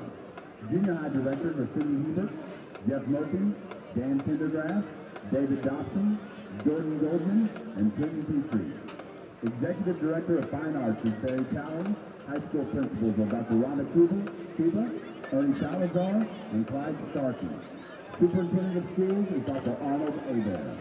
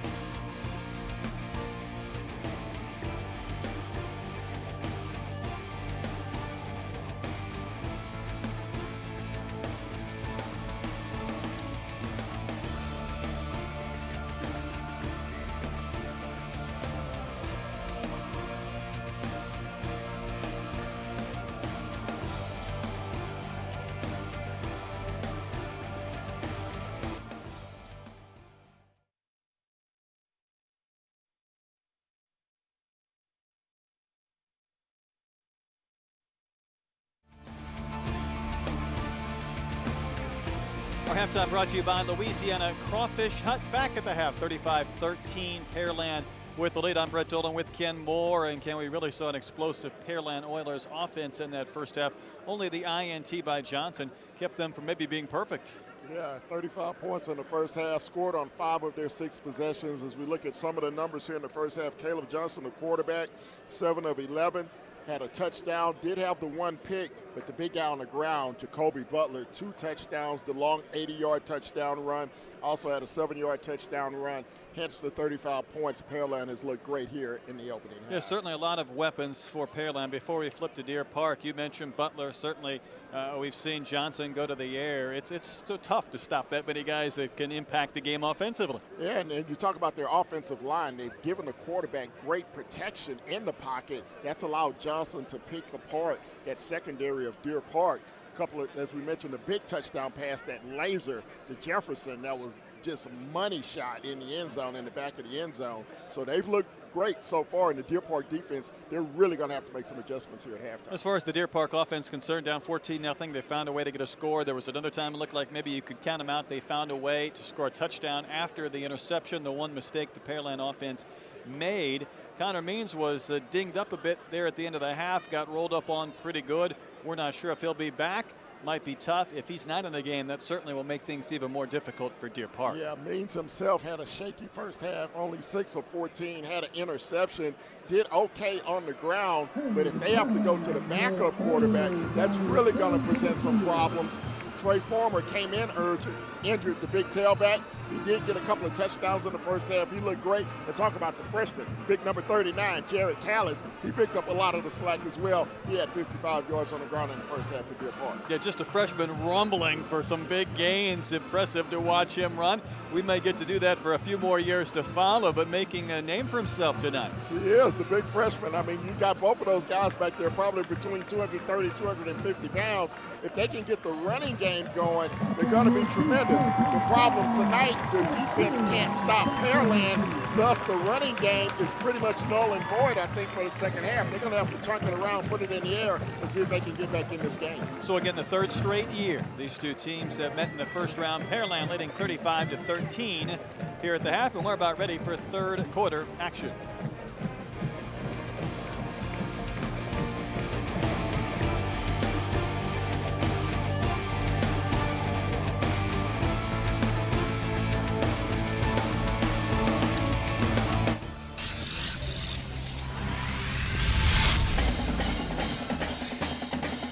The time is now for live video highlights of your school's march to excellence. News sets up inside of the pitch.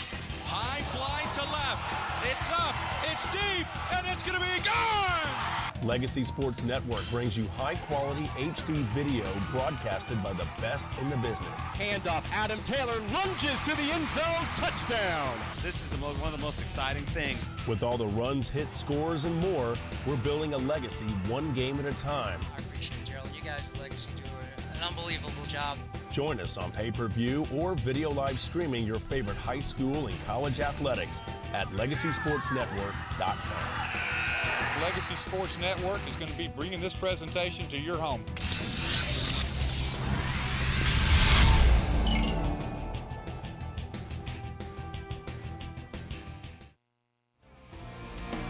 Every time I see that video with Gerald and Craig Biggio, it looks like he just got off the medal stand at the Olympics with that medal around his neck. Rap concert. 35-13, Pearland with the lead. Deer Park will get the football first here from Veterans Memorial Stadium in Pasadena.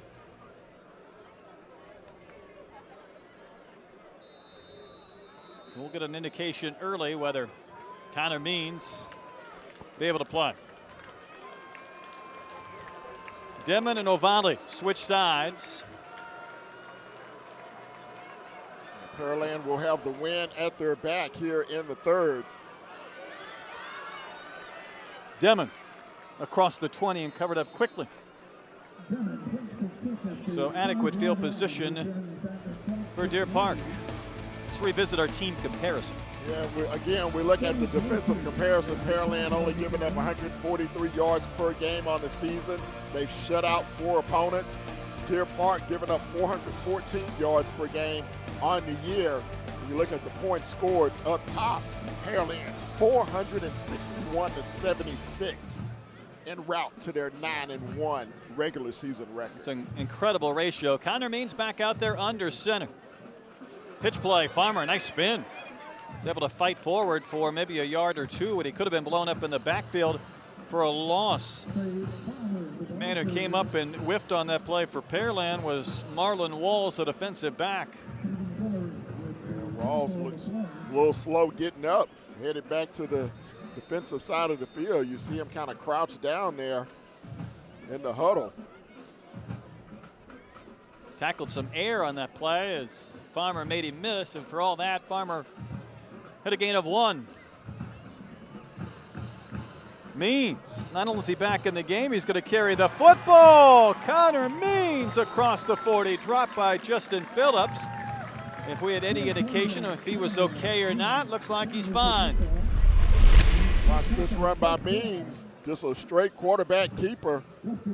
Farmer with the kick out block there, and he cuts it back inside, picks up 18 yards on a first down. He was almost moving as that ball was being snapped. I suppose that's perfectly legal. Everybody else would be waiting for the ball to get to Means. He was already shifting and drifting to his right. From the pistol, Farmer dropped just shy of midfield. Coming up, making a hit out of the secondary, Jonathan Goff. With Deer Park opening up on the ground, trying to reestablish the running game. Picked up a couple of first downs as they near midfield. Deer facing a 2nd and 3. First drive here in our third quarter. Means will run up under center, and they will go from the I formation. Fullback with the carry. Good enough for the first down gainer. It was Callis again. Jerry Callis, as we discussed at halftime, has been fun to watch for the young freshman. Got to go low on that big man. Chop him at the knees. Don't want to injure him, but you don't want to get hurt yourself trying to tackle him up high. Dimon splits out to the left. One receiver to the right, that's Allen. Short pistol formation this time. And the throw goes in the direction of Allen. Able to spin away from the first defender, not the second. Jonathan Goff up on the stop for the Pearland defense after a couple of yards on that first down play. 2nd down, 5. Nice opening drive here to begin the third period for the Deer. Again, they 3-3 in district play. They won 3 of their final 4 games to sneak into the playoffs. Overall, they were under 500, 4-5-1 on the season. I asked Coach Massey in an email this week about playing all these overtime games, all these games decided by 7 points or less, as Farmer gets stuck up after he picked up the first down and dropped. And Coach Massey said, we like to give the fans their money's worth when they buy a ticket. We keep things interesting to the very end, sometimes overtime. He's hoping they can do that tonight. This drive is important. And when it looked like Farmer had a head of steam, boy, he ran into the wall. Yeah, he's going to give the fans and their physicians their money's worth if they keep sending people to the emergency rooms around here. All these heart stoppers. So Justin Phillips with that stop. But again, it came after a first down gain, or did it? 3rd and 1, I beg your pardon, a little bit shy. So the Deer still have some work to do. Farmer with the seam and with the first down as he reaches the 30-yard line. Conan Chittister, the safety, up to make the stop. At least he was the first man there. Fresh set of downs for the Deer. Flag bearers ready to do their thing if Deer Park can finish this drive in the end zone.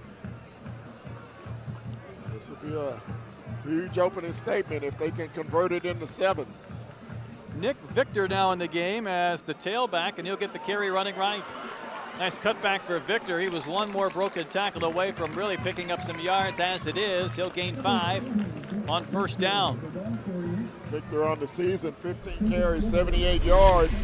He's hit Pate Eric twice. So he'll run off tackle here. Picks up some nice yardage on first down. Diving in there was Kevin Harvey. He was the last man. His tee went high, his teammate went low, so it's 2nd and 5 after that game from Victor.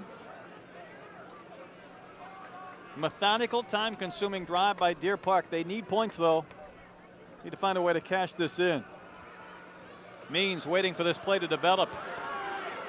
Going to throw on the run into the end zone. Intended for Allen. It was in his hands. That was a bullet. Allen had a chance. It's incomplete. Oh, that was an excellent job by Connor Means that time. Watch him here. Little play fake. No one open initially. Now he'll break the pocket, throws it on the run, a strike. You got to make that catch. Got to help your quarterback out. Now you're looking at a 3rd and 5. Watch just it. You want the touchdown. You want the completion of this drive and finish. But now it's a 3rd and long 5, so not an easy sequence. Probably 2-down territory. Farmer behind Means in the pistol. Callis running left. This time he is chopped down. Unable to break this one loose. It was Marlon Walls who went low to make the stop. Justin Phillips went high. He's got the strength to get away with that. Yeah, buddy. So now they have to go here on 4th down. They need to get near the 20 for a first. Biggest play of the game so far for Deer Park. Well, you could say that again. Crowd comes to their feet on the far sideline as the Oiler faithful traveled here from Pearland trying to urge their defense on to make a 3rd quarter stop. Well, I think you have to go to the air here. We'll find out. 4th and 5. Means will throw. And the pass is picked. This one's going the other way. Pearland has made a living on interceptions this season. Caleb Ferris has his 5th. He may have a pick 6. The Turf Monster got him at the 10. 22 interceptions this season for Pearland. And when it looked like Ferris finally had the seam to the end zone, fell down. Remember in the first half, Ferris nearly had a pick. This time he jumps the route once again. He just runs out of gas once he cuts inside. And he's winded at this point. He tumbles down at the 11-yard line. You know, he didn't have to cut back to begin with. I know Means had the angle, but he was going to outrun Means to the end zone. Oh, bless his heart. Get him some oxygen over on that far sideline. Big turnover in this ball game, and Pearland going for the dagger now. So a nice drive from Deer Park, but it nearly results in a pick 6. Hayden Cole, the first carry for this Oilers offense. So lost in all that, the near pick 6 and the interception was the fact that Deer Park denied points. After they held possession for the first 5+ minutes of the period. Nick Espinoza made that previous tackle after what was a gain of 3. Cole remains in the backfield. Hayden Cole to about the 5 or 6. Tackled by Seth Brown Jr., the safety. It'll be 3rd down. You talk about a momentum shift in this ball game. Pearland already with a 22-point lead. Looked like it was going to get cut to 15. Now they have a chance to blow it wide open. Jacoby Butler back in the game, nearly a broken play. Butler makes a move. He's into the end zone. Another touchdown. Jacoby Butler. He can't be stopped. Instead of a broken play, it's like a broken record. Jacoby Butler into the end zone for the 3rd time tonight. That went off a presumed busted play, a real low snap. Good job by Johnson just to pick it up, and Butler does the rest. Even when things look like they may be going wrong for Pearland, they go right, and I'm with you. Great job to receive that snap before Butler did his thing. Nicholas Keller on for the extra point, low snap, and he'll pop one right through the uprights. It is good again. 5:20 to play in our 3rd. 42-13 Oilers with the lead.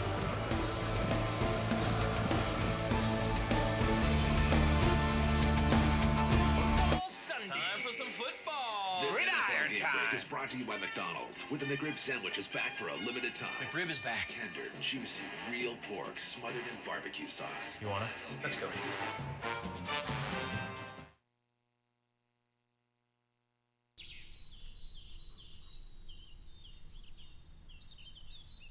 It's time to go back in time, sharing the merriment of hundreds of live performances, the taste of over 1,000 foods, and the fun of dozens of games and rides. And be sure to enjoy special savings opening weekend, October 12th and 13th. Brought to you by DeMontron Coca-Cola. Huzzah!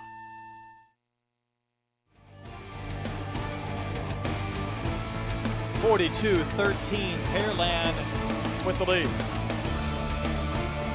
Well, after the pick by Ferris, quick 11-yard drive, 5-yard touchdown run. Jacoby Butler, his third of the night. Extra point is good.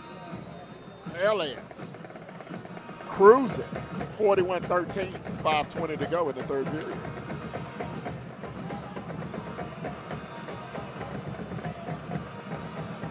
Nicholas Keller walking off his distance.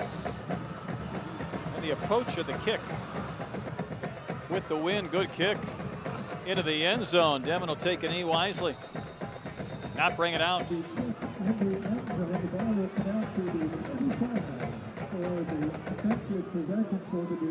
Connor Means led his team down the field, and what looked to be maybe a touchdown pass was dropped by Allen. Forced the Deer to go for it on 4th down. Then Means threw the pick that nearly went to the house. As it was taken back by Ferris to the 11. Pearland able to punch it in from there. Yeah, the big drop on the touchdown. That was the big play on that drive. He makes that conversion. You're looking at a 35-20 ball game with a quarter and a half to go. That's really a 14-point swing when you look at it. It really puts the Deer deep in the woods. Ball, unsportsmanlike conduct on the kicking team and on the receiver team. No city offset, first down. More offsetting unsportsmanlike conduct penalties. For all that, we'll begin at the 25.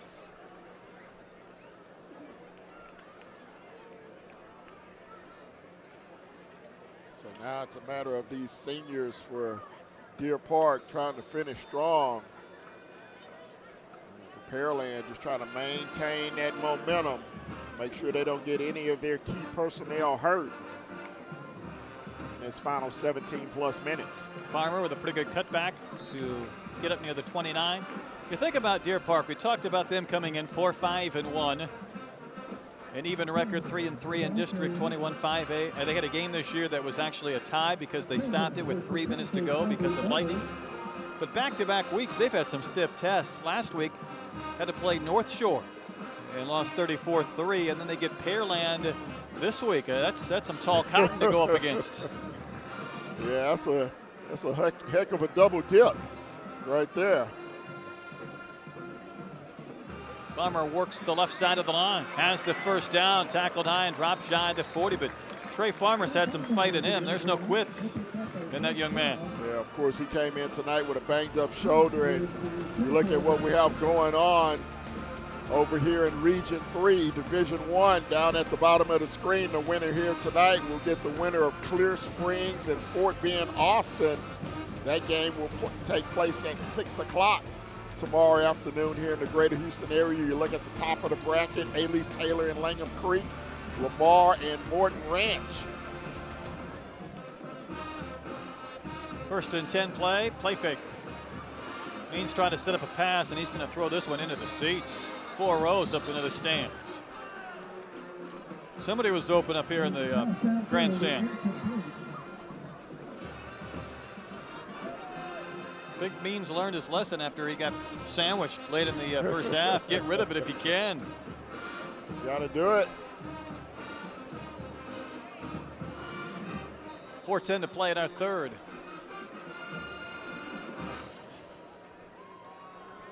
So a 2nd and 10, really no margin of error remaining for Deer Park.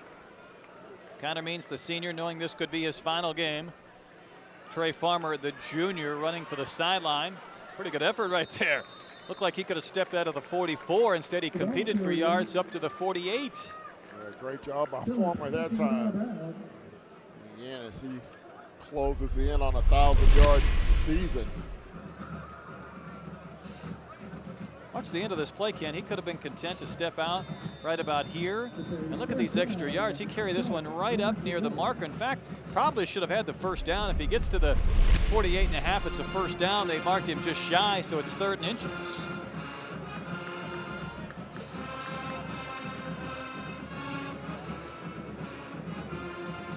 Farmer for the first down and dropped it midfield. Fresh set of downs for the Deer. See Farmer get up slowly. He's going to be a handful for opposing defenses to deal with next season, his senior year. And I'm sure he'll have some offers coming his way. We hit some big games earlier this year.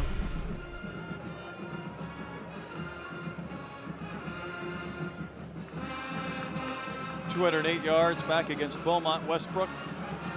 Means for the keeper. Boy, hit hard out of bounds. That should be a marker. Happened on the Deer Park sideline. They're not going to get one. Or did they? Because that was awfully close, not only to being out of bounds, but that second defender came in when Means was already being tied up by the first man. Yeah, let's see here. Yeah, that maybe that's a penalty. That's a no-doubter. You're coming in high, he's already out of bounds. Absolutely. No marker called. Maybe that makes up for the roughing the punter penalty, which means didn't look like that was much of a penalty. Roughing the rusher. Yeah. Nick Victor on the carry. Oh, goodness. Some scores from around the Houston area tonight. Katy all over Houston-Madison right now, 49-zip. Eisenhower losing to Cy Ridge at the moment over at Thorne Stadium, 17-6. Cy Fair on top of A-Leaf Hastings right now at Pridgeon, 17-7. A lot of confusion coming out of that Deer Park huddle on 2nd 1. They'll still go from the pistol, even on a short formation. And the freshman Callis, he hasn't been picking up those 15, 20-yard chunks, although he'll have enough to get the Deer another first down. A surprise brewing down on the north side of Houston in 4A. Houston North Forest, my alma mater, only losing 12-7 right now to Fort Bend Marshall. That game in the 3rd period. We saw Marshall earlier this year in town ball, and boy, they suffered some terrible injuries in that game, even though they certainly had a lot of big weapons and good skill position players. Yeah, they got their quarterback back, and he's playing tonight. He came back a couple of weeks ago, so but they're having a tough test down at Jones Coward Stadium this evening. Daniel Devon on the receiving end of the Connor Means pass. J.W. Ketchum. That's right. Marshall. We were speaking of Michael Vick Jr. Good throw here from Means across his body on the run. We were showing you the bracket earlier in this region. Houston Lamar beat Katy Morton Ranch last night 38-14, so Lamar will move on in this side of the bracket. Nowhere to go for Connor Means. He's just escorted out of bounds. A little bit of a shove from Ronnie Frazier, a good defensive line prospect. And you see Means ended up about 10 yards out of bounds. Of interest to the folks out here in the Pasadena area, Port Arthur Memorial, all over Pasadena Memorial, out at Star Wars Stadium this evening, 49-zip, that ball game in the second half. At the end of that collision. Means ran into a teammate who didn't have his helmet on the sideline, Tim Espinoza, a very good defensive player. Got to keep your head on a swivel even when you're on the sideline. That's the hardest hit he's taken all night, and it came when he was standing on the sideline, and he's delivered a few this evening. After all that, Means lost 2 on the play, 2nd and 12. Here comes the rush. Means limited a bit. Oh, what a catch. Throwing to Victor, a diving catch right around the 26-yard line, and he's still, well, he's near the marker. We'll see if that's good enough to move the sticks or not, whether he's just a little bit short. Mark him at the 26. He's going to be just a little short. Short by a half a yard or less. We're inside a minute and a half in our third quarter, a fast-paced third quarter. The Deer have had 2 long drives. The first one resulted in an interception on a 4th down play. Here it's 3rd and 9. Oh. Means just throws one out of bounds. He's feeling the pressure because Pearland's loading their ears back and coming after him. Little Houdini at that time by Means to escape the pressure.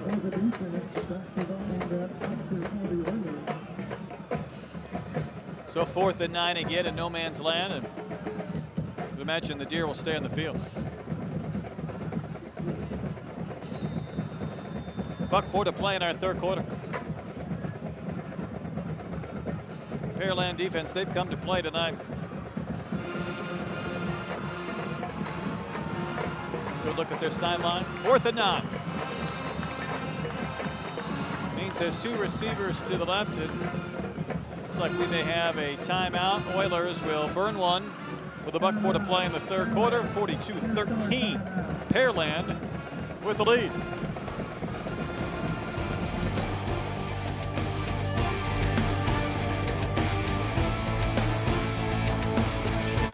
People pick a price and we help them find a policy that works for them. Also, we've been working on something very special. One day, the world, no, the universe, will have the pricing power they deserve.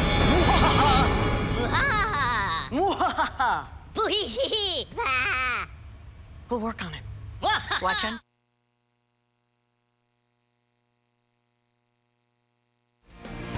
Timeout sponsored by Better Staffing Services. Our talent is finding yours.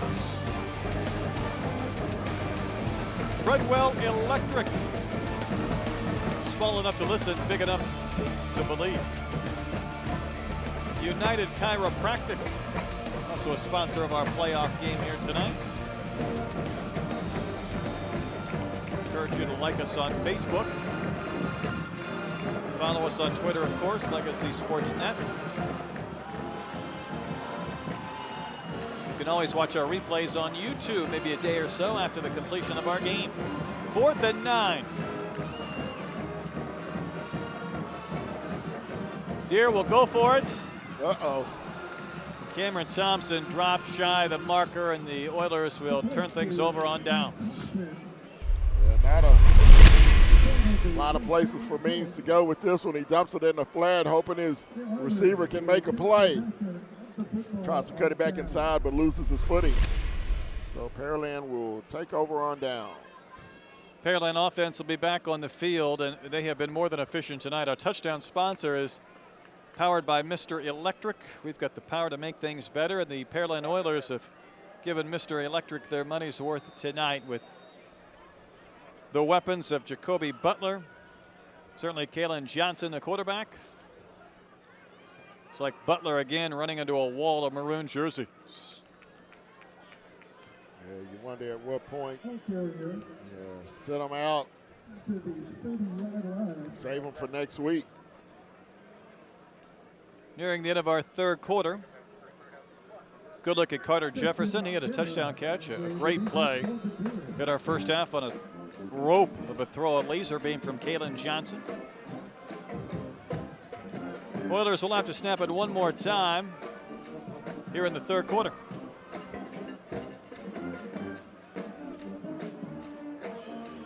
Oh, boy, Butler flipped. Man, nowhere to go. Reese Raley got it. That's exactly what I'm talking about. You don't want to get Butler hurt. Watch this replay. Watch number 94 come off that block. Actually, it wasn't even Raley. He was the second man there. All I wouldn't have him back in for the final 12 minutes if I'm coaching the Pearland Oilers. Limping off after that tackle from Benavides. We've completed 3 quarters from Pasadena. Pearland leading Deer Park 42-13.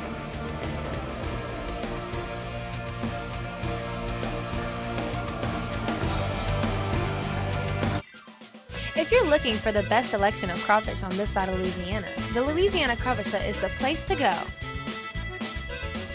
Our seafood selection will make you go home completely satisfied with our dishes, such as our oyster louie and hut platter. Not to mention desserts that will cure your sweet tooth craving.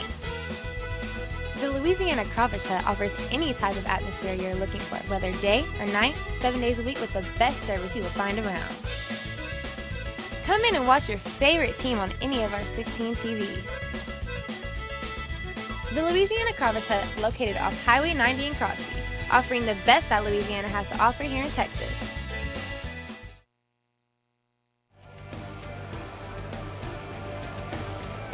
Our game brought to you by Allegiance Bank, Texas. It's not what we do, but what we do together that makes the difference. By McDonald's Texas Invitational, 80 boys and girls high school basketball teams from across the state competing in the Premier Tournament November 21st through the 23rd in Pasadena. Kalen Johnson keeping that play alive so I could finish the reader and put that one up for grabs. It's picked, intercepted. Well, that ball was up there a long time and it was intercepted. You see Brown get it. Seth Brown, the safety. Yeah, while you were immersed in the commercial reading, Caleb Johnson was under immense heat. He throws his second pick of the night. Deer Park will take over 1st and 10 near midfield. Tip drill. Johnson had just 4 picks all year. He's thrown 2 tonight. While that one was tipped, it wasn't a well-thrown ball into double coverage and traffic. Deer Park will take over once the officials complete their summit.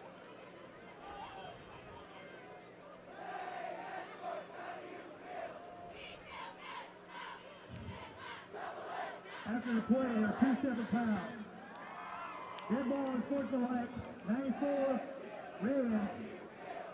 Dead ball is towards right, number 53, white. That player will be ejected. Reese Raley, the guilty party for Deer Park, but for Pearland, it's Jacob Hollis. I think that's the second time today Hollis has had a penalty against him. A very good lineman, and he has been ejected from the game. And that's the third pair of unsportsmanlike conduct penalties offsetting. Didn't quite pick up where it happened. But nevertheless, one less Oiler on the field. For Deer Park, an opportunity, maybe get some points. They trail it 42-13. Connor Means still in at quarterback. And they'll take over on the Oiler side of the field at the 47-yard line. Last year, Means had 17 touchdown passes, 6 rushing. This year, 10 touchdown passes coming into the game. He had rushed for more this year than he did last year, but he realizes this could be his last quarter of football. Good play fake, but the pressure's there. Being chased by Jordan, and he throws it to the sideline. Avery Jordan, the defensive end, was there again. That's happened multiple times today. Means has had a very good play fake, and as he turned around, the defensive end has been there waiting for it. Yeah, that's just, again, excellent discipline. Staying at home by the weak side defender, not falling for the play fake. That forces Means into a bad throw, has to get rid of it. 2nd and 10 for the Deer early here in our 4th quarter. They're in Pearland territory after that INT of Kalen Johnson.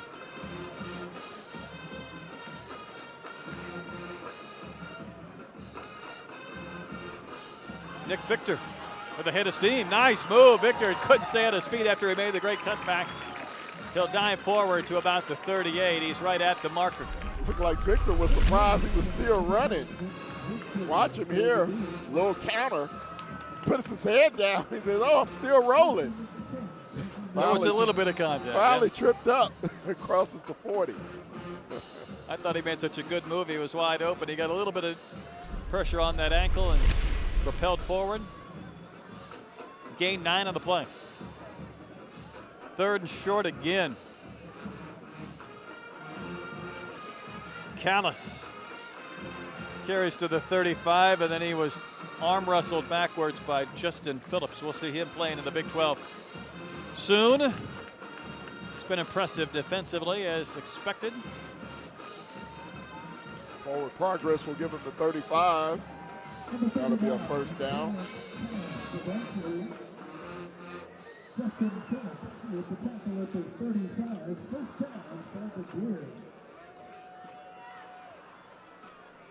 First and 10. Jerry Callis fighting forward for a yard or two. And who else? Justin Phillips involved in that stop. Another update. 5A score. Woodlands up 28-21 over Klein. So that's a big ball game as well. We'll keep you updated here as these games start to wind down. See who moves on to round 2. Deer have had 3 sustained drives here in our second half. Haven't been able to find any points. Means wanted the deep ball, just didn't have time for this one to develop. And he completes the underneath pass. That doesn't work, isn't it? Isn't that one of the linemen? That doesn't work, kids. C.J. Burke caught it. I don't know how in the world that can be allowed to stand. Yeah, there's the flag. That's the tackle. I mean, every tackle wants to make a catch. Yeah. And I don't think that was even intended for him. I think that was probably being thrown away. All right, he can put that on his resume. Coach Heath saying, what in the world is going on? Put me at tight end, Coach. Put an 8 on my number. Coach Heath, he's seen a lot, but he's wise enough to know that doesn't work. Coach Deer Park wants to say he's tackle eligible. Illegal touching on the offense. Stop foul off and down. 3rd down. I mean, if you're going to illegal touch, make the catch, I guess. So he got to rumble with the football. He'll count it in his mind. That's it. He'll put it on his film. Running backs should like to see have hands like that. Catch a ball below the belt, make a nice catch, turn and go. Absolutely. Don't put it on the carpet. So it's a loss of down at the touching. 3rd and 8 will be the result from the 43. Maines wanted to set up the deep ball, but took a long time for that play to develop, and the pressure was in his face again. Here it comes one more time. He just hasn't been able to set up for those deep passes, and short passing game's not what they need. They can't worry about controlling the clock. They need to find a way to get the ball in the end zone, and Maines hasn't had time. Yeah, Pearland, tremendous coverage in the secondary. They're dropping 2 deep safeties, pretty much a cover 2. And not much operating room downfield for these Deer Park receivers.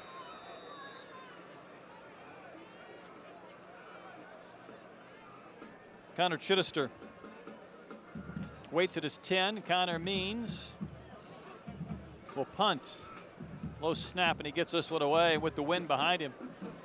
He'll sail one inside the 5, and was it saved or not? Apparently that's a touchback. Yeah. Great efforts, but a touchback for Pearland. So unable to take advantage of the interception. And you watch the effort here in the end zone. Almost got it. Oh, he looks like he actually did save it. I thought so. And again, wow. I'm looking through 3 panes of glass and a wall, so it was hard for me to tell live Leo, time. watch it here. Leo Avali leaps, throws it back. That's a good save. Break for the Oilers. An 18-yard break, if you will. Butler's back in the game and carrying the football after he limped off on the previous play. Tough kid. Gains 5 on first down for Pearland. There's just one touchdown in this entire second half. Got to believe time of possession heavily in favor of Deer Park, but they haven't been able to score.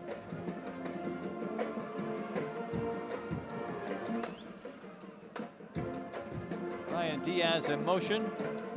It's Butler again. He has 3 touchdowns tonight. Here trying to compete for the first down. He's dropped a yard and a half shy of the marker. It'll be third down for this Oilers offense. A team trying to go to 10-1 on the year. And boy, Ken, you look back at previous campaigns since 2001. Pearland's had 9 seasons with double-digit wins. They're trying to make it 10 since 2001. Last year, of course, they had 8 wins. Remarkable level of consistency. And success breeds success when you can have it continuously at a program. And starts at the lower level, middle schools feeding into that program with Pearland and Pearland Dawson.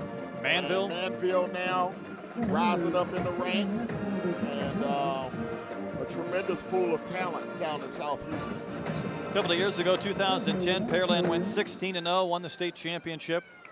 Followed that up with 11 wins in 11, just 8 last year. Well on their way to getting their 10th victory tonight. First down carry by Bigler on that Wildcat gives Pearland a fresh set of downs as we go inside 8 minutes to go in this bi-district playoff opener. Not much fancy today, just a short carry. And when you consider for Pearland, this is their 14th straight playoff team. To your point, Ken, 15 straight winning seasons. And what's amazing, we talked about these two teams now meeting in the first round for 3 straight years. I'll take you back to 2000. They played in the Dome, these two teams. Pearland against Deer Park. Pearland won that game 35-13. Then it was their first playoff win in 50 years. Wow. Back in 2000. And since that point, the success they've run off has been more than impressive. You talk about it's Ryan Diaz. Great Astrodome memories. That would be a memory for that ball club. Probably really the start of something great. Sometimes you have that feeling too when a program's rebuilding. Doesn't matter if it's high school or college, when you get that breakthrough, that playoff win. For college teams, of course, a bowl game, something along those lines, and the program heading in the right direction. A lot of that goes to Tony Heath, the job he's done. Think about Boise State, the year they beat Oklahoma in the Sugar Bowl, I believe it was. Fiesta Bowl. With all those great trick plays, and that was the beginning of building those signature moments for a program. Catch was made by Chittister. We've seen him return some punts tonight, that time on the receiving end of the Kalen Johnson pass. Good enough for the first down. The officials eyeballed it up, said good enough, first down. Well, Pearland will take on the winner of Clear Falls and Fort Bend Hightower. Those two will square off tomorrow afternoon at 1 o'clock at Alvin Memorial Stadium. Clear Falls will go into that game 5-5 on the season. Fort Bend Hightower out of 23-5A, they'll go in with a 7-3 mark. We saw Hightower early in the year on one of our spotlight games. They did not look good that night. They have gotten better as this season has progressed. Short carry for Hayden Cole as Pearland runs some basic plays, trying to milk some clock. Yeah, they went 6-1 in district play, did Hightower. And they went on a heck of a run to close the season, winning their final 3 ball games. 34-7 over Fort Bend Dulles, 43-20 over Kempner, and then 35-21 last week over Fort Bend Bush. We saw him in the A-Leaf Taylor game. Yeah, that was an ugly ball game. It was not a masterpiece, was it? Yeah, that was a 13-7 game back on September 13th. And Friday the 13th, no less. And all the goblins and goons were out for that ball game. It wasn't pretty. Pearland with a timeout. Clock stopped with 5:41 to play in this playoff opener.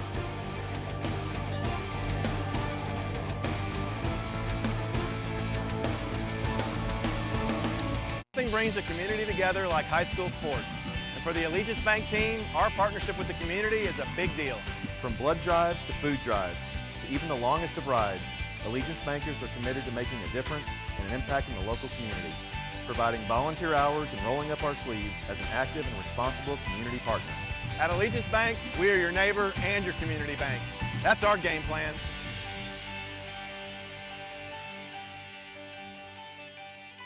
Football Sunday. Time for some football. Gridiron time is brought to you by McDonald's, with the McRib sandwich is back for a limited time. McRib is back. Tender, juicy, real pork smothered in barbecue sauce. You wanna?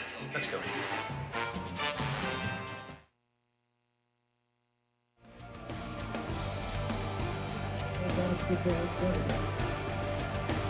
42-13. Pearland with the lead as they try and run off a few more minutes and maybe the clock before this one is over.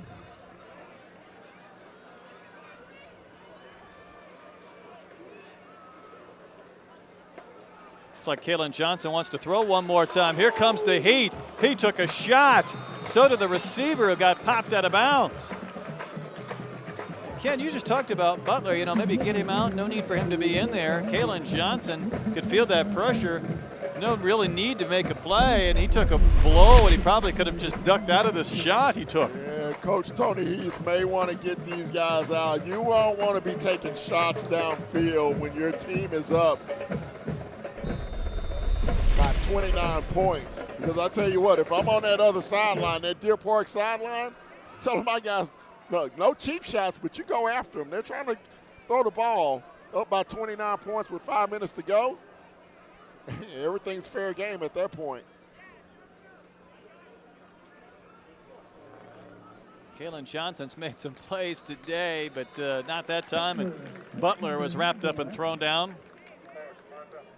After the game, we'll have our key player of the game, brought to you by Everyday Fresh Cafe and Bakery. Of course, we'll also take a look back at one of the plays of this game, and there have been many to choose from. A couple of the scores from around the area. Second half, West Columbia on top of Yates, 13-12. That's a 3A battle.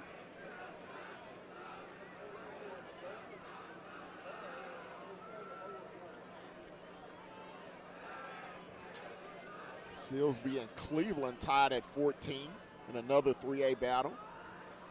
Here's a punt. And has a hit. Wow. It's an open field tackle for you. Justice Reese. Friendswood on top of Angleton, 28-14. It was a 4A matchup tonight. As you look at this hit once again. Boy, Reese wrapped him up, dropped him.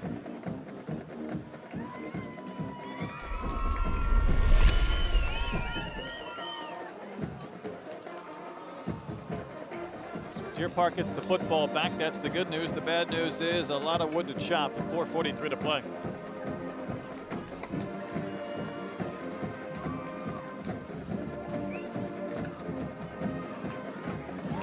Deer Park with some fresh bodies.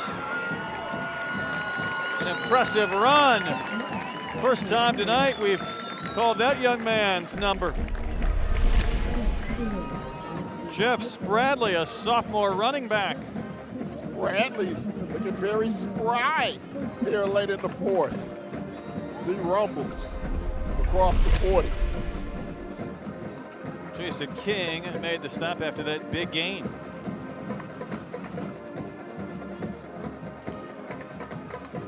Spradley is going to get to try the other side of the line. Similar result. A couple of times tonight, Ken, they've taken somebody off the bench, whether it was Callis or Spradley, and just let them go to work. Yeah. Oh, boy. Here we go. A little tussle over on the far sideline, and you see Coach Tony Heath all up in the face of one of his players. Well, he is not happy. Teaching moment for the young man. He's talking with Andrew Milburn. You got a couple of deer down on the field. You've got injury to insult right now with men getting hurt after the extracurriculars and the penalty down, and we might have another ejection. Already one Pearland player has been thrown out of the game. Milburn could join him. Well, you better be glad this is not college or the NFL where these spill over until the following week. Coach East's not done. No, he's Do not. you understand, I think, is somewhere going to come. Moment. Teaching moment.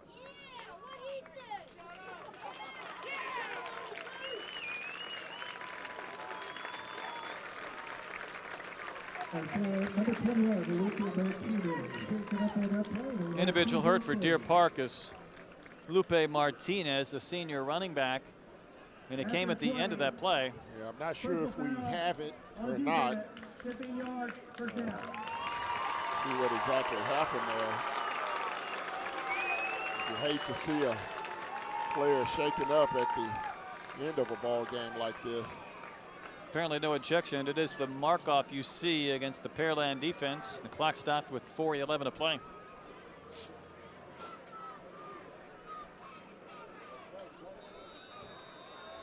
You know the Deer would love to push it in the end zone. I mean, Ken, they've had 3 really good drives here in the second half. They just haven't been able to find any points. Haven't been able to capitalize on the pay dirt.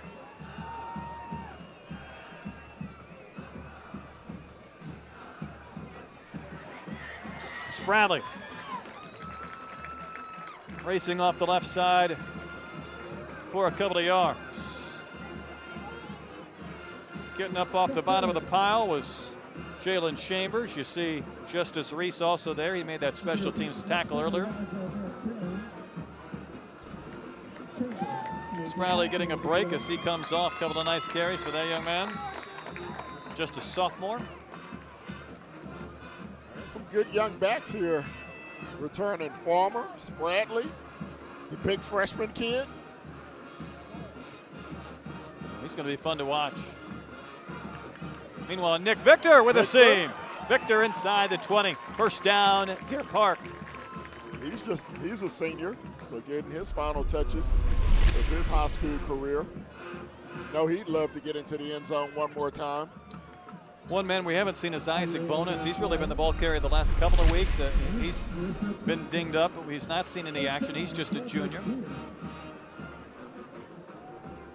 Talk about these big offensive linemen for Deer Park as well. The senior C.J. Burke, Blaine Medlin, Ajmeed Amahad, Aaron Guerra. Guerra just a junior. Victor carries again for Deer Park. Antonio Lopez, big 76. See him there playing his final moments. And always kind of a surreal moment for the seniors when you know it's your final game. For some of these guys, for many of these guys, probably their final time putting on pads. You think of all the time playing youth football up through junior high and high school and how quickly sometimes it flies by. It does fly by. I remember my final high school game being in the aforementioned Astrodome. Forest Brook against Beaumont Westbrook, one of the great Beaumont Westbrook teams back in the day in '85. And we lost that game first round in the Astrodome. It was a thrill to get there.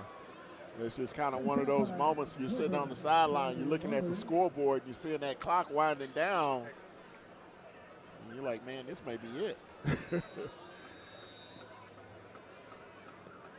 Yeah, it's a different feeling. You go from ball player to a spectator in your career. If the colleges aren't in your future, at least from a playing standpoint. Victor with a head of steam carries inside the 11 to about the 10. It'd be nice to see Victor cap it off with a touchdown if he could. That would definitely be a shining moment for those offensive linemen and the senior tailback. See if they can get it done here in the final minute 45.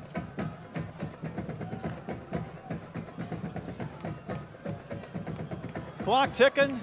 Pearland ready to advance. Still waiting on the verdict of this final drive for Deer Park. Seniors hoping to score here in their last chance. Victor. Boy, Lake still churning. Did he get the first down? I think he's close. Oh, I think he should have it. Got to about the 7. Clock stopped with 1:19 to play. It was 35-13 at the half. We've had just one score in the second half. Time of possession probably on a 3-to-1 basis in favor of Deer Park, as they've gone from the 20 to the 20, but it's been cashing these drives in that's been tough. Of course, that Pearland defense doesn't want to let them in. And Spradley carries inside the 5, and now time will become of the essence as we go inside 1 minute to play.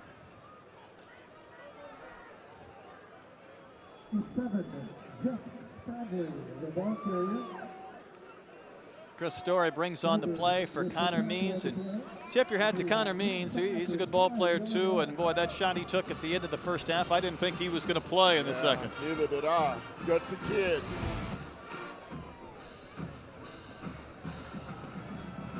Spradley in the end zone, touchdown Deer Park. And they find that elusive third score tonight, and it comes with 27 seconds to play. Well, they go for 2.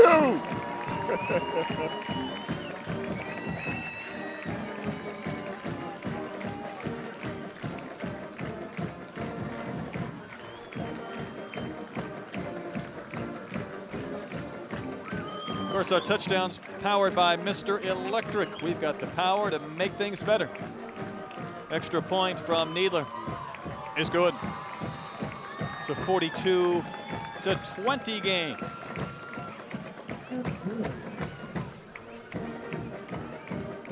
Take you back to the play of the game, powered by Treadwell Electric. Small enough to listen, big enough to deliver. And you'll see it here. The near pick 6 by Ferris. That was a 4th down play, and he takes it the other way.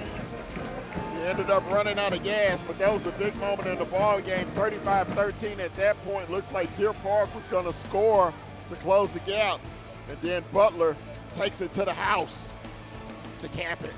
Third touchdown for Butler. What that epitomized was, even when it looked like it was going to be a broken play, it ended up still working in Pearland's favor. And the interceptions have been such a weapon this year. 22 for the Oilers. When they've needed to make a big play, their secondary, their corners, they've done that, and we saw that a couple of times tonight. Yeah, you have to give a lot of credit to that front 4 and that front 7 as well, putting the heat on the quarterback, forcing them into bad throws that allows the defense to capitalize.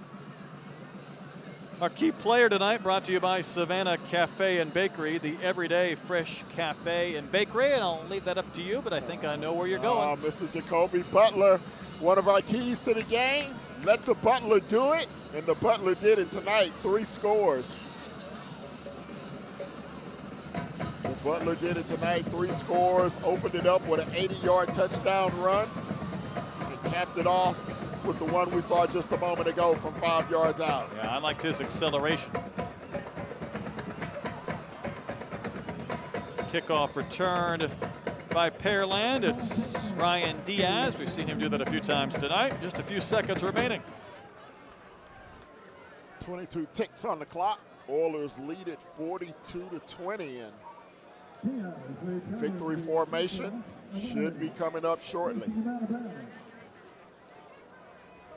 And there is Butler, our player of the game. Brought to you by Savannah Cafe and Bakery. Well-deserved. You could have had multiple options tonight, but I was really impressed by his acceleration, the way he's able to make that one move and just burst through the seam. Yeah, once he gets to that second level, I mean, he's off and gone. Victory formation for the Pearland Oilers, and they will win their 10th game against 1 defeat in advance to round 2 and live to play another day. Well, an interesting season for Deer Park. Came in 4-5 and a tie. Will finish with a 42-20 loss tonight to Pearland. Good season by the Deer. They'll end it 4-6-1. But a great job by them. But just a better job by Pearland Oilers as they go to 10-1 on the season. They'll move on to round 2 in the State 5A playoffs in Division I, Region 3. Players with their handshake line at midfield as we complete this game again. We had a 35-13 game at the half when Pearland was almost perfect. They scored on all but one of their drives. The one, of course, that didn't was an interception thrown by Johnson that ended up scoring one of the 2 touchdowns for Deer Park. And not a lot of scores in our second. Ken Moore, Brett Dolan, but a 42-20 final. Yeah, both teams 7-7 second half score, so a moral victory for Deer Park with that. But it was really decided in the first half as Pearland was unstoppable, scoring on 5 of their first 6 possessions, 35 points in the first half. Deer Park never really able to come up with anything defensively to slow them down. They did have the one pick that turned into a score that kept it somewhat in doubt at halftime, but Pearland obviously coming out on top with a huge win here tonight. So the Deer finished 4-6-1. Pearland to get another double-digit win season, 10-1. They'll move on to the second round of the playoffs. We saw their defense tonight, opportunistic, getting the interceptions and the picks. We also saw the weapons they had on offense. How far can this team go? I think this team can go very deep. They get the stellar quarterback play from Johnson. He doesn't make any mistakes. Only 4 interceptions on the year, none here tonight. You saw his pinpoint accuracy. Great protection from his offensive line. That's really the key to this ball club. They're unsung, but they're the ones that open up those lines for Butler. And you saw the great end zone catch by Jefferson in the first half. He has some tremendous hands as well. Yeah, they have some playmakers, and they will advance, and we'll see how far indeed the Pearland Oilers can go. But boy, it's great to have playoff football back, isn't it? Oh, it's great. Great weather out here tonight. Nice, cool temperatures here in the Houston area. After that freeze a couple of nights ago, should be a fun day, fun weekend here in Region. Pearland advances. They defeat Deer Park by a score of 42-20. So for Ken Moore, I'm Brett Dolan, our entire Legacy Sports Network crew. Good night from Pasadena.